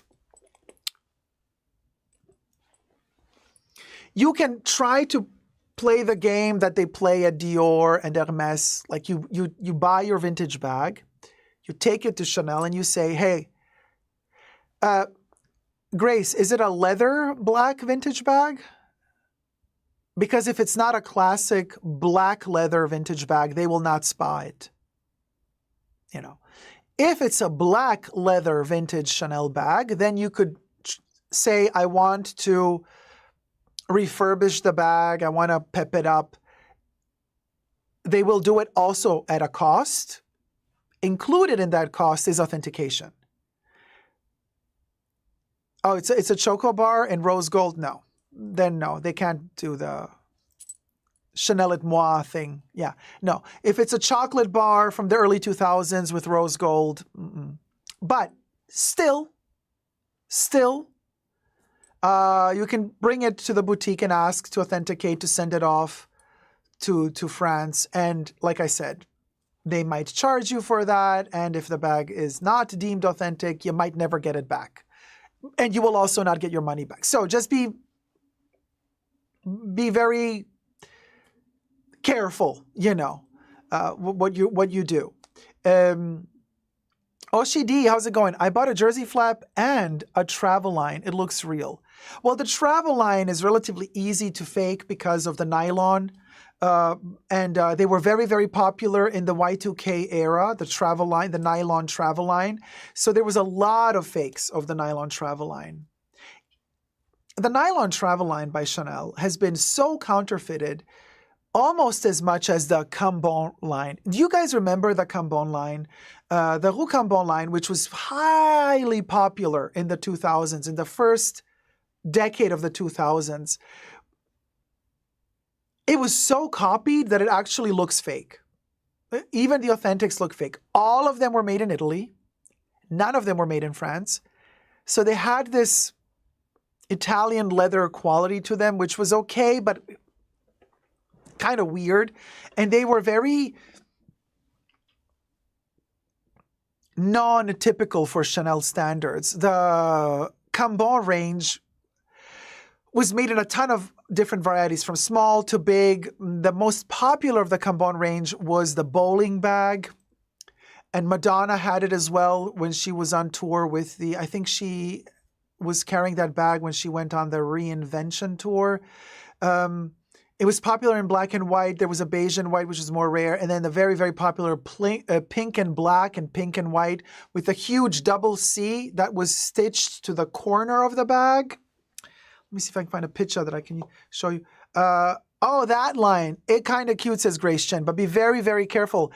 The interior is fabric, super easy to copy. Yes, Kev, the big one with all the pockets. That's the most popular one from the range, but there was also a tiny one. The tiny one is the one you usually, nowadays, when you go on secondhand, pre-loved websites and you type in Chanel Cambon bag, usually the small one appears. That one was also the most copied.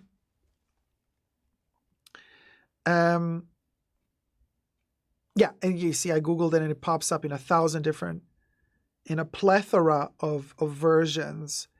Oh my God, so ugly. I'm trying to find the one with the big pockets that Kev is mentioning, which is the one that Madonna had as well.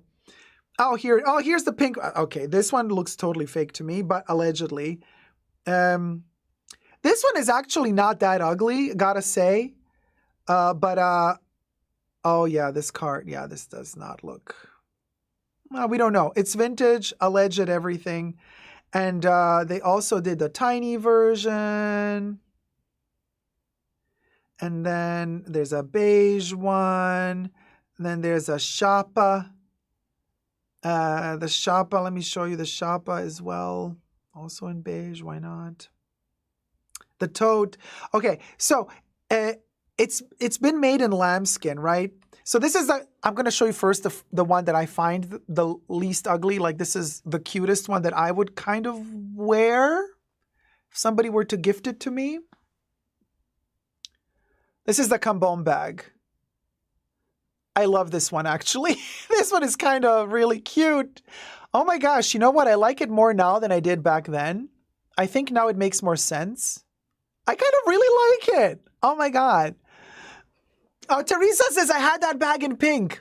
Isn't it awesome? So, but anyway, then here, you know what? I also like the beige version. What's wrong with me? I would totally rock this in beige as well. Kind of really cute. Isn't this cute, you guys? And I love the fact that they rolled the strap. The strap is not a chain, and it's rolled and soft and squishy, so it's super comfortable on the shoulder. Really cute. Okay, this is the petite shopper. With you see the side, one side had an extra black piece of leather, like covering one edge, one corner. This one's tiny. This is a small one. This is like, yeah, very small. Debbie, what year? This was like around 2003, 2005. Patty J says the new collection has a new version of that bag. It's a practical bag for me, says Evian. Here's the shopper version. Shoppa. Here's the shoppa.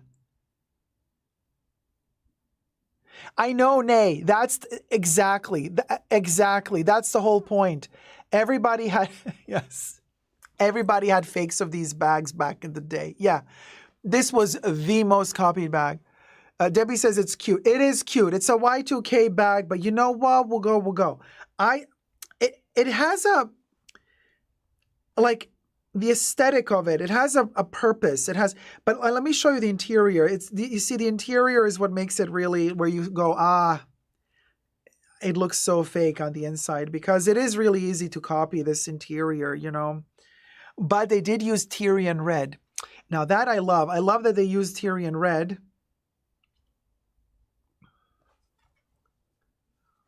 Wait, why doesn't it flip? Okay, let me show you. It's a textile, like a woven, you know, material. And yeah, you know what I'm saying? It's given fake vibes. But it had the double C's are not printed. They're actually woven in. You know. It does have a zipper closure. It does, Javier. It does have a zipper. Yeah, you can zip it closed. Exactly, Debbie. The lining looks fake. Oh, Kev, yes. Vanessa Paradis, she was the face of the ad campaign. The Chanel ad campaign for this bag was Vanessa Paradis. So, yeah. The interior is tricky. Like if I zoom in, you can see how the double C's are woven onto the texture. So this is the interior. This is the lining, the interior lining of the bag. So, you know, it's one of those kind of designs on the interior for the lining that can easily be replicated. You know, so that's a bit tricky because they never lined the Cambon line in leather. They were always lined like this. And I'm trying to find, yeah, there was a camera bag as well. Yes, here is the camera bag. I'm just trying to find another colorway, you guys. It's always beige. Beige. Oh, here's a white one. Oh, okay. Here's a black one as well. Yeah, you saw this one a lot. The camera bag. Like you've seen this one a lot in the early 2000s.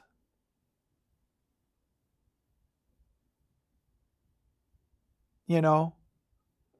And then there's this one in white as well, with a contrasting double C in black.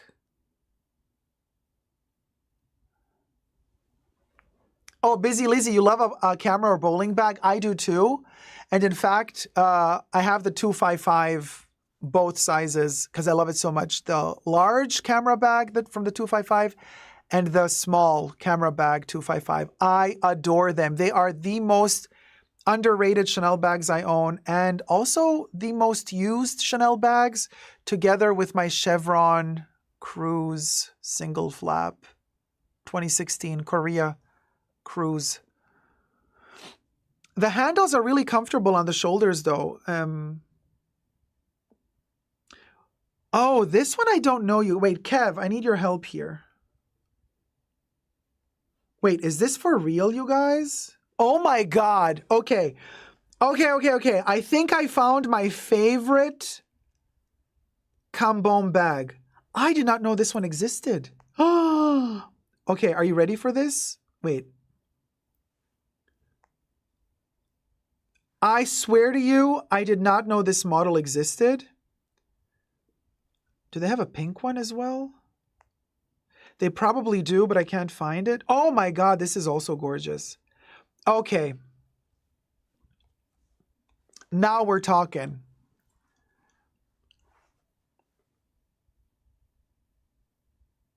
I'm going to show you different colorways. I know, Kev, nearly 20 years ago. Yeah, more than 20 years ago, right? Because it was released around 2000. No, 2005. So almost 20 years ago. This one is really cool. With the flap on top. I don't remember this one. Is this a Mandela effect moment? Because this is really gorgeous.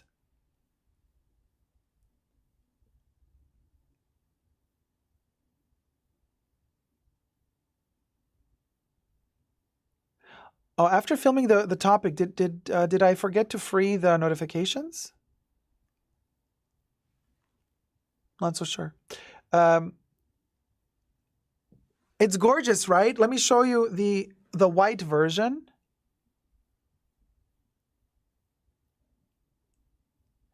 And right, Ollie, I've never seen it either. I know it's like Mandela effect, and I know the Cambon range like by heart. There's also black on black. I like this one. I like this one. I like the without the contrasting double C. This one is really cool.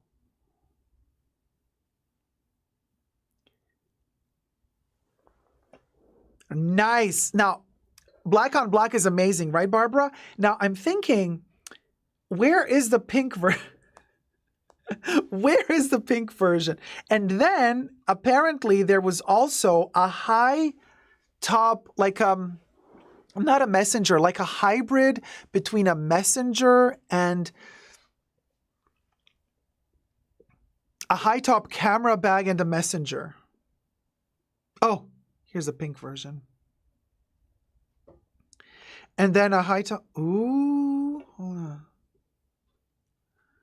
Okay, you see, Chanel always get. Why do they always get me? Why do they always get me? This is so frustrating. Here, oh my God, look at this one. Okay, hold it. Okay, we found another gorgeous. Oh my God, Kev, we need to buy these bags. Okay. Can we talk? Look at this one. With the pocket and the turn lock, the camera back. Oh my God. Okay, this is really cute. I do not remember this model from back in the 2000s. Really, y'all, can we talk? This is a cutie. I got to get this one. Oh my God. And then, okay, so here is what I was telling you, this oversized, like a elongated camera bag, but can also be a messenger. So they had this one as well.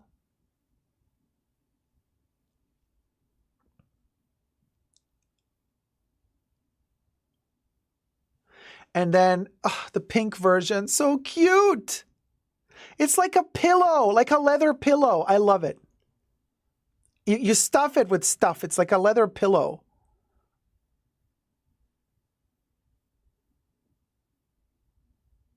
Debbie says, these are my style. Thomas says, you're down the Chanel bag rabbit hole.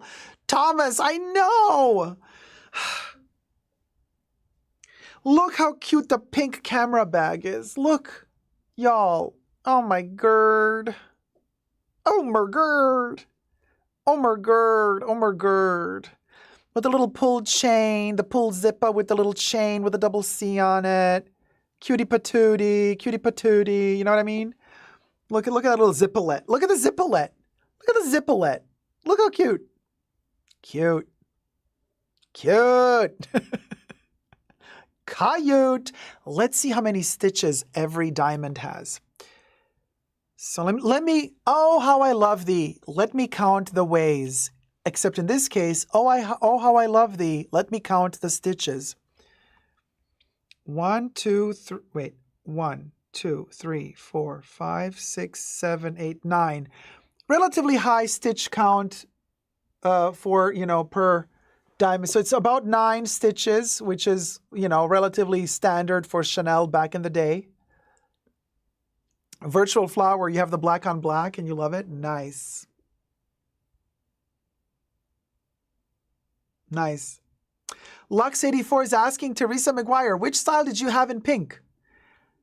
Xavier says, I've been a sucker for pink lately. Oh, me too. Ah, totally. Thomas says, I'm projecting. I just bought 6 bottles of perfume. Rabbit hole. Oh boy, Thomas. Don't get me started because I'm also going to fall down that rabbit hole relatively soon because I'm stocking up on the, extraits of the Les Exclusives because they've been discontinued. It's now or never. It's now or never. What are you going to do? Super expensive. Of course, I get to buy them at their highest price tag because they just got a price increase.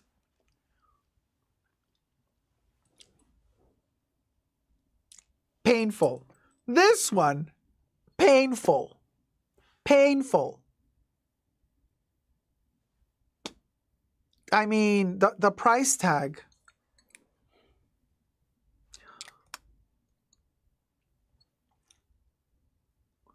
Terry says, I had the Cambon bag. Lux84 is asking, which style? Flap, camera, or something else? Busy Lizzie's like, if we start talking fragrance, let me know, please. Why?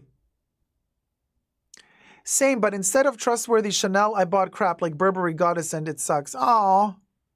Well, Burberry,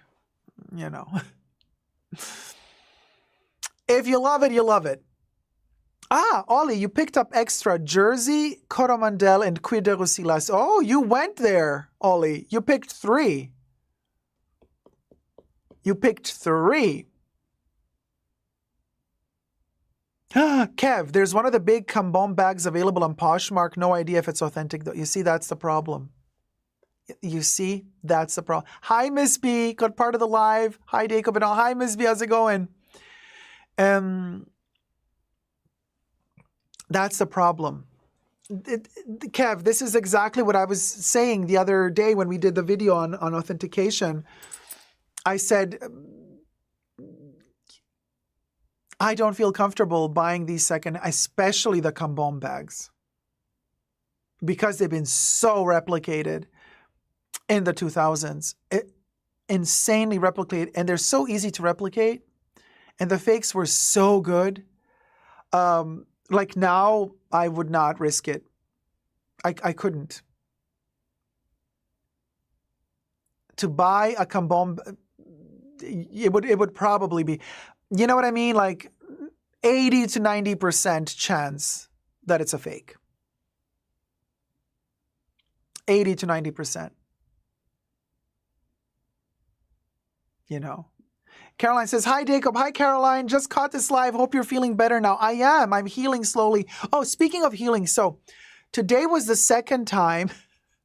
You're gonna think like I'm so dirty. No, I wash and bathe all the time. But since my surgery, this was the second time today that I had a full shower without protecting my scars. Usually I would have to shower different parts of my body to avoid the stitched parts and the scars. But today was my official second full body wash. It felt amazing. I was a little bit scared because I don't know. I'm still hesitant to get the scars wet. Because usually, I would wash, of course, my armpits, the intimate area, obviously, the neck, the hair. But then the part where you have the scars and all the cuts, then you would go in that area literally by hand with an antiseptic cream and lotion, and you would disinfect everything and go over the cuts, right? But now I can actually let water flow over it. So what I'm scared about, of course, is once the water flows over it, that area gets tender. So you have to wait for it to dry, for the skin to kind of harden a little bit. Then you apply the healing scar cream. Lux 84, what did I miss? Oh, honey, I was in the hospital a month ago.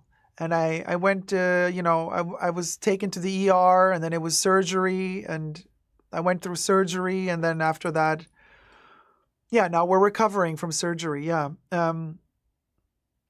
So JCD, no wonder you look very fresh. You look good. I wash before every live stream, just FYI, JCDI. Today, the reason why I look a little bit fresher than usual maybe is because I actually had a long night's sleep for the first time in a long time yesterday. I actually slept, which ever since the anesthesia, I've had terrible time sleeping, and like really short sleeps, and wake up and have to pee, and then I don't know, then sleep again, and never like a long, like 8 or 10 hours sleep. Always like 4 hours, 5 hour cycle, and then I would wake up, and then oh my god, and then like for 3 hours you're awake, and then you go to sleep. Like terrible, but like, yeah, yesterday was the first time that I actually had a sleep session. So there you go. Lux 84. Yeah. All the details are all in the pre-show. Yeah. From a couple of weeks ago. But hey, I slept finally. Also, I find that chicken soup is not only good when you have a cold, because it kind of heals the soul and the body, but I found that chicken soup also kind of felt good for like the body healing itself. In my case, I just felt it was really one of those rare moments in life when you're eating something and you really, with all your energy and all your being, you feel like your body is telling you, this is what I'm needing right now. Like the body was absorbing it like a sponge. Like my body was like, yeah, it's like chicken soup. Chicken soup? Yes, with bone, and yes, collagen, yeah. And the veggies in it. It literally, my body is just like, please, more of that, more of that. So, heaven sent. Really, really heaven sent. The chicken soup and the broth. I love drinking the broth as well. It's just really, really, really, really good for me right now, personally. Just for me personally. Fabulous. Oh, yes, Evian. Yes. I put the cream on carefully when needed.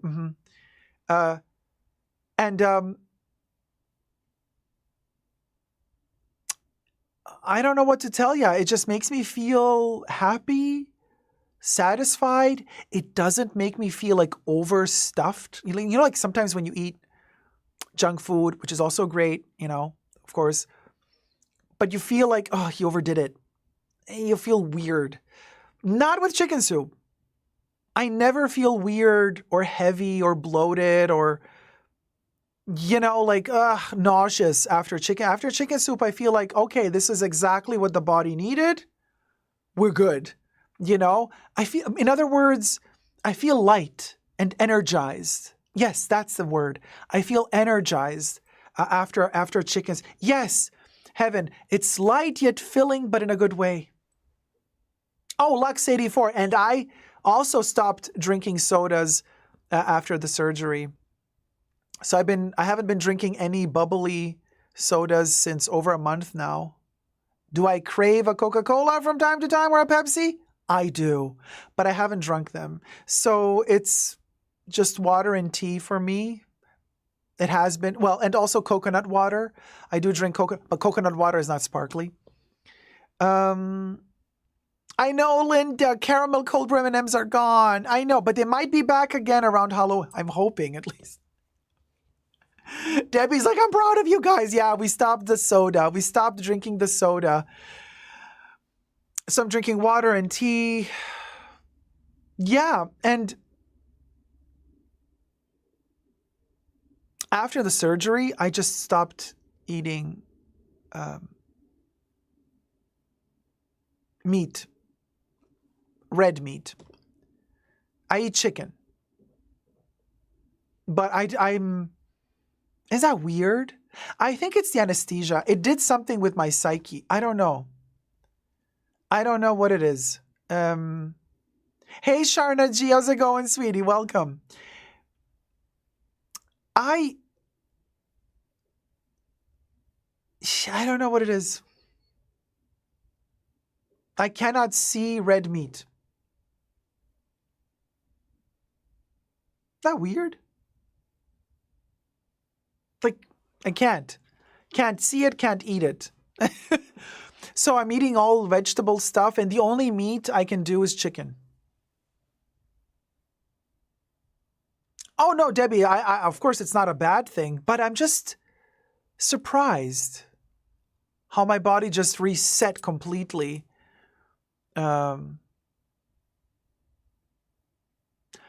Lux84 says the headaches have been awful, but that should stop soon. It just lingers. So Lux84, after surgery, yeah, after the headaches were terrible for me. Always at the same time when I got the anesthesia, like every 24 hours, my body would go into that shock again. So, for the longest time, headaches every day at the same time, terrible headaches.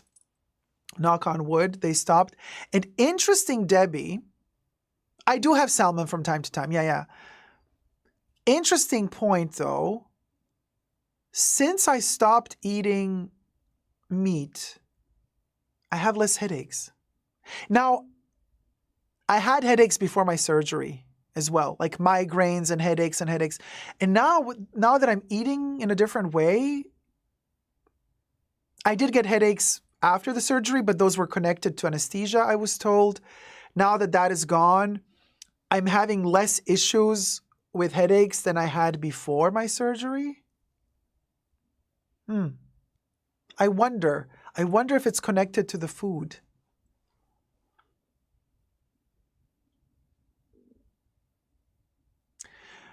Debbie, I mean, I'm always hydrating. I mean, during the live streams, maybe less. You see me drink less because I'm talking and thinking a lot. But like off screen, off camera, I do drink water all day.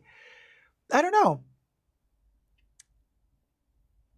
So anyway, fabulous. Corey, we sang happy birthday to you earlier in the live stream. Corey Emerson, everybody. Happy birthday. Yeah, we did. We sang happy birthday. We popped a cherry in your honor and in Debbie's honor. Yeah. Actually, 3 people. Tomorrow also somebody has a birthday. So we popped 3 cherries. One for belated, one for to-dated, and one for tomorrowed. So we got the past, present, future. Busy Lizzie's tomorrow. So we did Busy Lizzie, Debbie, Corey. The whole spectrum, past, present, and future. I watched Suspect yesterday from the 80s with Cher. Oh, such a good movie. Cher is amazing. She's such an actress, you guys. Suspect with Cher. Oh, so good. It's on YouTube. You can watch it on YouTube, like with ads. And I was her makeup, and it's in high res. So it is a close-up of her face. Her makeup, her eye makeup is, I wanted to do her eye makeup, right? for me today. And I took a screenshot, except guess what? YouTube turned the screenshot black. They don't let you do screenshots of the movies that they uploaded. And I'm like, damn, I wanted a high-res picture of her eyes because the way that they shaded and faded the makeup from one color to the other on her eye looked so natural and so beautiful. Oh, Grant Ramirez, thank you so much, sweetie. Grant Ramirez donated $10. The tip of shame, the tip of shame. Thank you, sweetie. Hit it, Bubbles.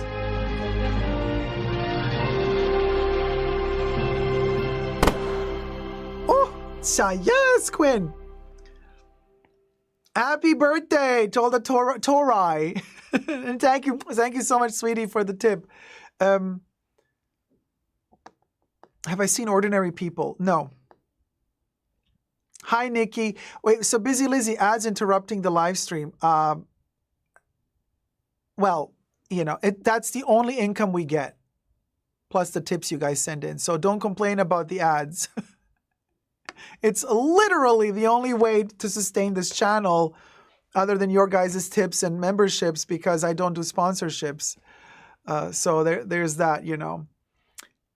You got to take one for the team somehow, somewhere, right? Oh, Cher had a perfume in the late 80s. I think I do remember. I've never smelt it, though.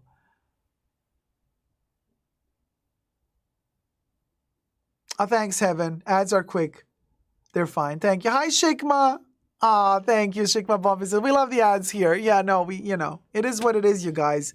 Gotta keep it sustainable somehow. So your mom had the Cher perfume. I remember the visuals of like a Cher ad campaign for the perfume, but I never smelt it. It was kind of strong. Well, everything in the 80s was strong. Oh, Heaven. Okay. I love the original Oscar de la Renta perfume. Oh, that gorgeous, powdery, heliotropy Heaven. Irisy heliotropy. Oh my gosh, the original Oscar de la Renta, Heaven. No, I mean, Oscar de la Renta, like that's a whole other level of beautiful, beautiful fragrances. Loved Oscar de la Renta. My mom used to wear it also. She doesn't anymore.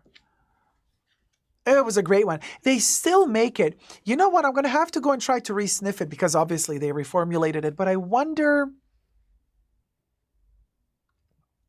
if the reformulation is good. I don't know. Maybe. I'm not so sure. Not so sure. Oh, 5 seconds ad says Marina. Well, that's not that bad. Oh, Marina, you doused in Oscar de la Renta body lotion that works. Sadly, so did everyone else on the subway. I know everybody was... Oscar de la Renta, Giorgio Beverly Hills, Poison, like those were the big hitters, you know. Those were the big... Eternity, although Eternity came out like 88, 89, so that was the end of the 80s. Obsession, mid-80s. Obsession was 1985, so everybody wore Obsession. The ads were amazing. The abstract ads for Obsession were everything. Oh, the deodorant stick, Evian. You've been using the Oscar de la Renta deodorant stick for about 25 years now, and I have passed it to my daughter now. Isatis. Isatis is by Givenchy, and Isatis is a tuberose fragrance, also gorgeous. I loved the original packaging. I don't like how they changed it now. It used to be gorgeous. Hey, Coco Cat sometimes. How's it going, sweetie? Obsession was amazing. Eternity hit me wrong. Grapefruit? No grapefruit in Eternity. Grapefruit in Eternity? I didn't smell grapefruit. It's very powdery. Eternity for a Woman was my go-to in high school. Gorgeous. Isatis, gorgeous.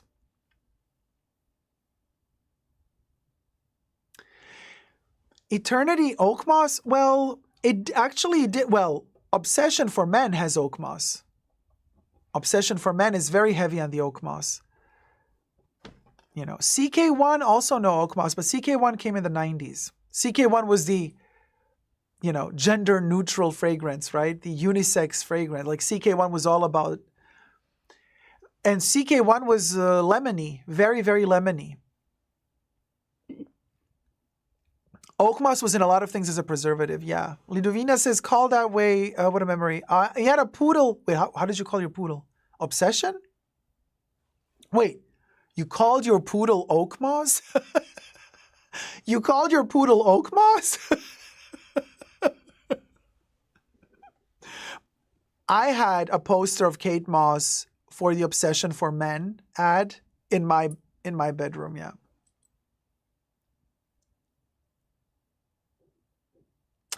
CK1 was not bitter. It was a little bit acidy. It was citrusy. Hey, Maida Twong. How's it going, sweetie? Love all your videos. Thank you so much, sweetie. Thank you. Okay, yes, it's CK1. I prefer my lemon perfumes to be sweet and minty. Yeah, no, CK1 is not sweet and minty. It's acidy lemony. Current formulation, terrible. I don't like it. I loved the OG. Current version, something about it, not good. It screeches in a bad way. It screeches in a bad way. Oh my gosh, it used to be $15 and now it's $50. See, it's not just Chanel. Oscar de la Renta Dio Stick deodorant is $50? You gotta be kidding me.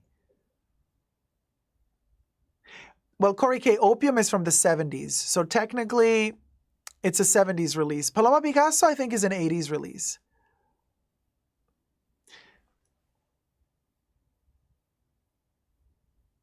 Safari by Ralph Lauren, yeah. Of course, remember Poison.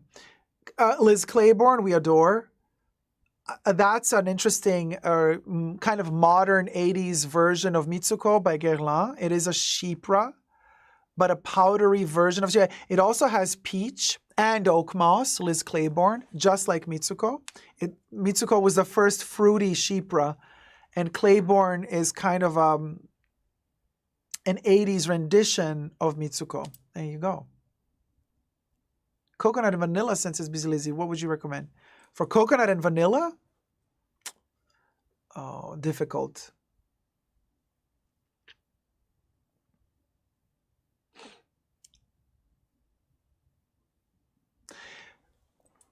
You know which perfume has coconut in it, and most people don't think there's coconut, but there is.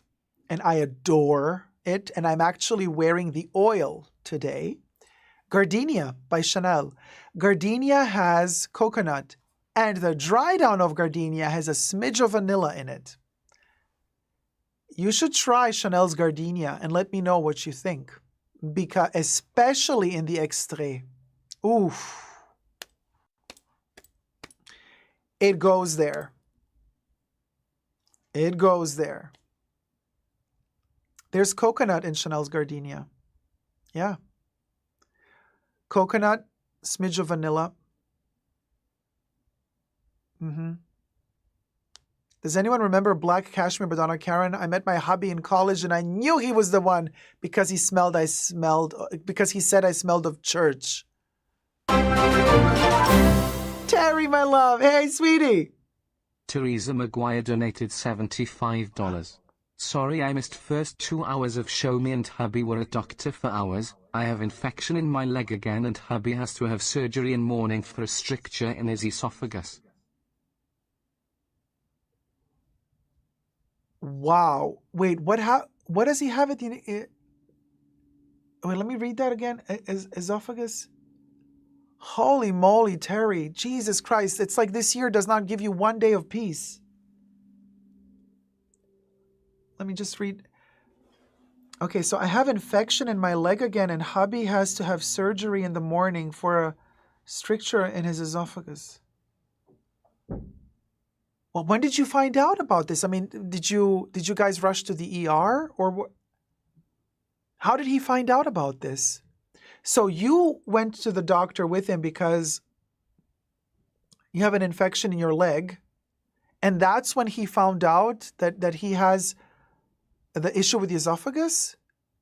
Or did you go to two separate doctors? Because like, Jesus Christ. Well, let me pop your cherry. Thank you so much. I mean, I don't know what to say. This is terrible. Like, can't life give you at least 1 week of peace, you know? This is so frustrating. A stricture which is a narrowing of the esophagus which causes food to get stuck in pain. Oh my gosh. So they have to kind of insert something to enlarge the esophagus, like to allow passage of the food again? Is that what they have to do? Or, yes, okay. Well, here's the tip of shame. I don't know, I'm usually very happy when I blow the confetti, but this is so sad because like, Jesus Christ. Oh, it's a stent. That's the word for it. Thanks, Debbie. Let's pop a cherry for Terry and hubby.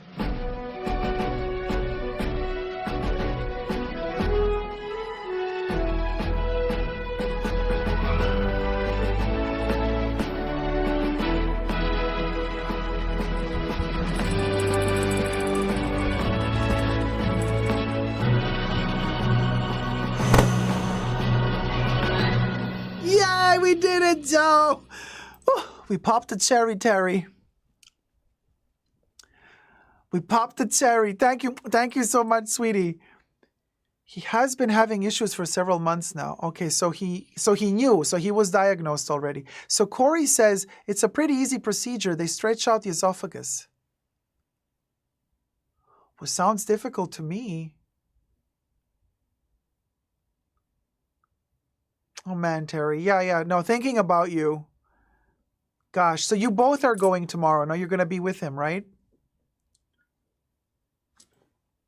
Fingers crossed, all body parts crossed that everything goes well tomorrow and that it goes easy breezy. I just don't know. Like, are they going to also do like a laparoscopy? Oh, they go through the throat. Okay. Corey says, same, I don't get them either, so I check every hour. Oh, with the notifications. Corey says, I'm so pissed that this started 3 hours ago. I didn't get the notifications. Yeah, sometimes, that's YouTube, y'all. It's not my fault. That's on YouTube's end. They just don't get their shit together. I've got one coming, and the tush, they do them both at the same time. Oh, wow, really?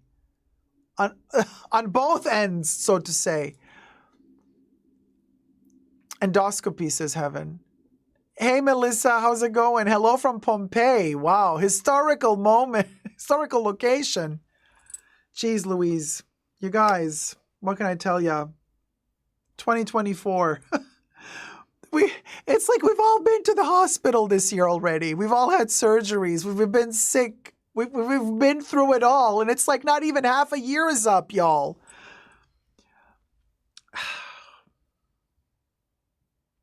I don't know. Let's just, for whoever is religious or not religious or spiritual or not spiritual or believes in nature or believes in Chanel, whatever. I'm just like praying for us to like be alive and healthy as long as possible. Chanel! Yes, praying to Coco. Coco, please keep us alive. We need to live a little longer, please.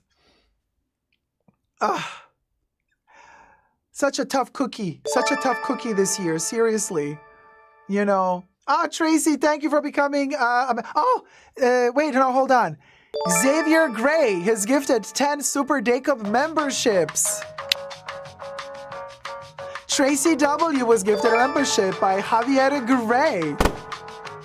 Don Donuts was gifted a membership by Javier Gray, or Xavier, I don't know how to pronounce the name. Paige D was gifted a membership by Javier Gray. Melissa was gifted a membership by Javier Gray. Caroline Steele was gifted a membership by Javier Gray. Ophelia XOXO was gifted a membership by Javier Gray. Daniela M was gifted a membership by Javier Gray. Mary Smart was gifted a membership by Javier Gray. Where am I next? Daniela M. Daniela M! Wait, did I say Daniela M already? I did. Mary Castagna 11 was gifted a membership by Javier Gray. Mary Smart, let's do that one again. Mary Smart was gifted a membership by Javier Gray. Donna B. Donna was gifted a membership by Javier Gray. And then Nancy next. Music on again. Thank you, Javier, so much for the 10 memberships. And Nan Z jumps in, center stage, gifting 5 Super Dacob memberships. Just Joe was gifted a membership by Nan Z. Yoon was gifted a membership by Nan Z. Leo was gifted a membership by Nan Z. Lucky Dog Inc. was gifted a membership by Nan Z. Penny Lane was gifted a membership by Nan Z. Thank you so much, Nancy and Javier, for your very generous giftation of 15 total Tier 1 Super Dacob memberships. Don't forget, guys, Tier 1 members get access to the exclusive live pre-show every first Saturday of the month. So, not this Saturday, Linda next Saturday. $25 for the cold brew M&Ms when they come back. Oh, man. Thank you so much, Linda. So kind of you. Shame. Shame. Hit it, Bubbles.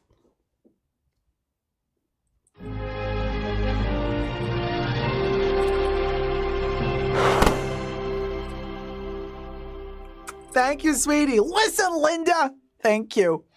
And so this Saturday is still April. Next Saturday is the first Saturday of May. So all the Tier 1 members get access to the pre-show before the main show. On Saturday, we live stream twice. We do 2 live streams on Saturdays. It's exhausting for me, but fun for you because you get to hear me blabber on about crazy shit for 2 live streams. Crazy Cat Lady Joe gifted 5 Super Dacob memberships. Thank you, Crazy Cat Lady Joe. Mantis was gifted a membership by Crazy Cat Lady Joe. Sandra was gifted a membership by Crazy Cat Lady Joe. BJR was gifted a membership by Crazy Cat Lady Joe. Elise was gifted a membership by Crazy Cat Lady Joe. And Naru was gifted a membership by Crazy Cat Lady Joe. Thank you so much, sweetie. Like I said, Tier 1 members, welcome everybody to the membership. You get 1 month gifted Tier 1 membership in the bunker. You get to use all the emojis. You get the badge of honor, the special exclusive emojis. And first Saturday of the month, you also get access to the pre-show, which is, between 1.5 hours to 3.5 hours, depending on the topics we have to cover. Yes, they are long. The pre-shows are long. There's a lot. There's a lot, And speaking of the emojis, that all the new members, at the beginning of the show, we gifted around 15 or 20 of them, and now we gifted another 20. So thank you to all the gifters. We have around about 35 or 40 new members today, Tier 1 members. Thank you so much, guys. Now you can get to use your emojis because 'tis the end of our show. Yes, it's almost 4 hours, y'all. So I want to say thank you, everybody, so much for partaking in this journey of suation. We have been talking about lawsuits the whole time today.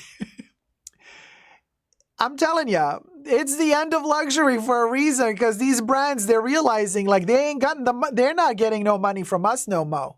So now they got to sue each other to get the money. Interesting. Who's going to win? Who's going to climb on top of the Game of Thrones, the Bag of Thrones, the Bag of Thrones? Who's going to be the brand to brand them all? Oh, the brand to brand them all.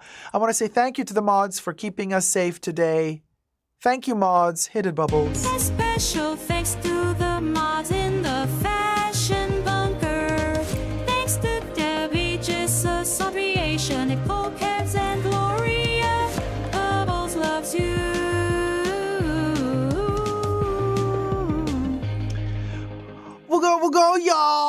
we'll go. We'll go. We'll go. Oh, okay. Bubbles just started it on her own.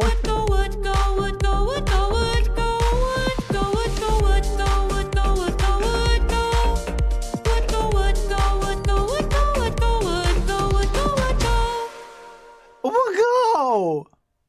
Bubbles surprised us all with that one. That happened I didn't get a chance to announce it. Bubbles was like, "Geet." Bubbles, where are you?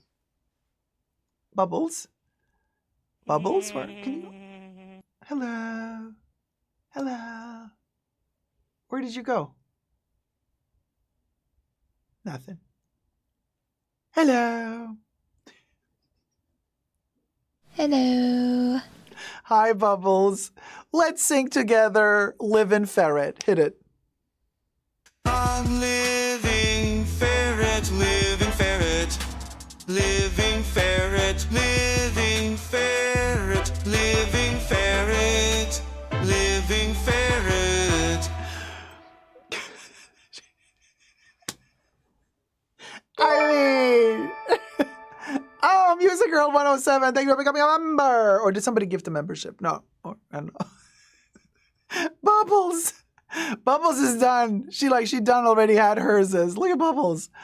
And now get ready with the Dying Ferret. It's the green one, y'all. It's the green ferret for all the new Tier 1 members who now have access to all the exclusive emojis. And I've been thinking of turning Bubbles into an emoji as well. Could you imagine if we all have Bubbles as an emoji? I think we should do that. There you go. Music Girl 07 member for 8 months, Tier 1. Thank you so much for the super chat, Music Girl. Very kind. Thank you, sweetie. And now we're Dying Ferret. That's the green one. Hit it, Bubbles. Dying ferret, dying ferret, dying ferret, dying ferret, dying ferret. She will go, will goad. Oh, she will go, will goad. And now, Baby Yoda, where did you go? Are you still transparent? Yeah. Hello. Baby Yoda, look. Hello. It's like, oh my God. What the fuck? He's like, oh my God, what is that? What is that? Oh no, you disappear. Yeah, Bubbles is stronger than you. Look, you can't cover Bubbles. You can't cover Bubbles, baby. Nothing. No, you're too green. You're nothing. Cha.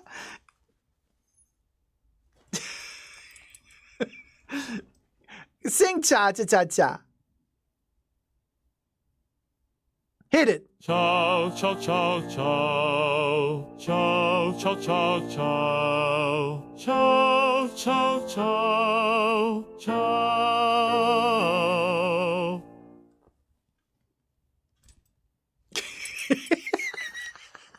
He gets scared when he sees her. I'm telling you, Bubbles, she's the one, y'all. Bubbles, I mean. Oh, wait, who else? Oh, what are you doing here? Hello. Chucky is in the house. He's like, you can't keep a good killer down.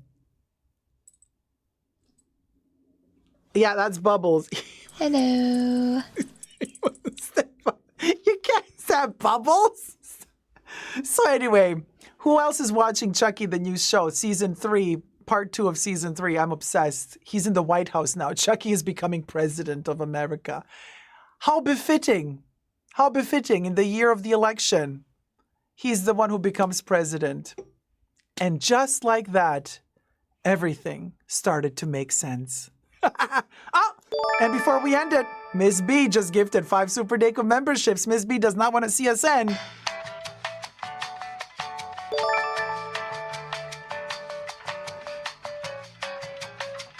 Dady Delgado was gifted a membership by Miss B.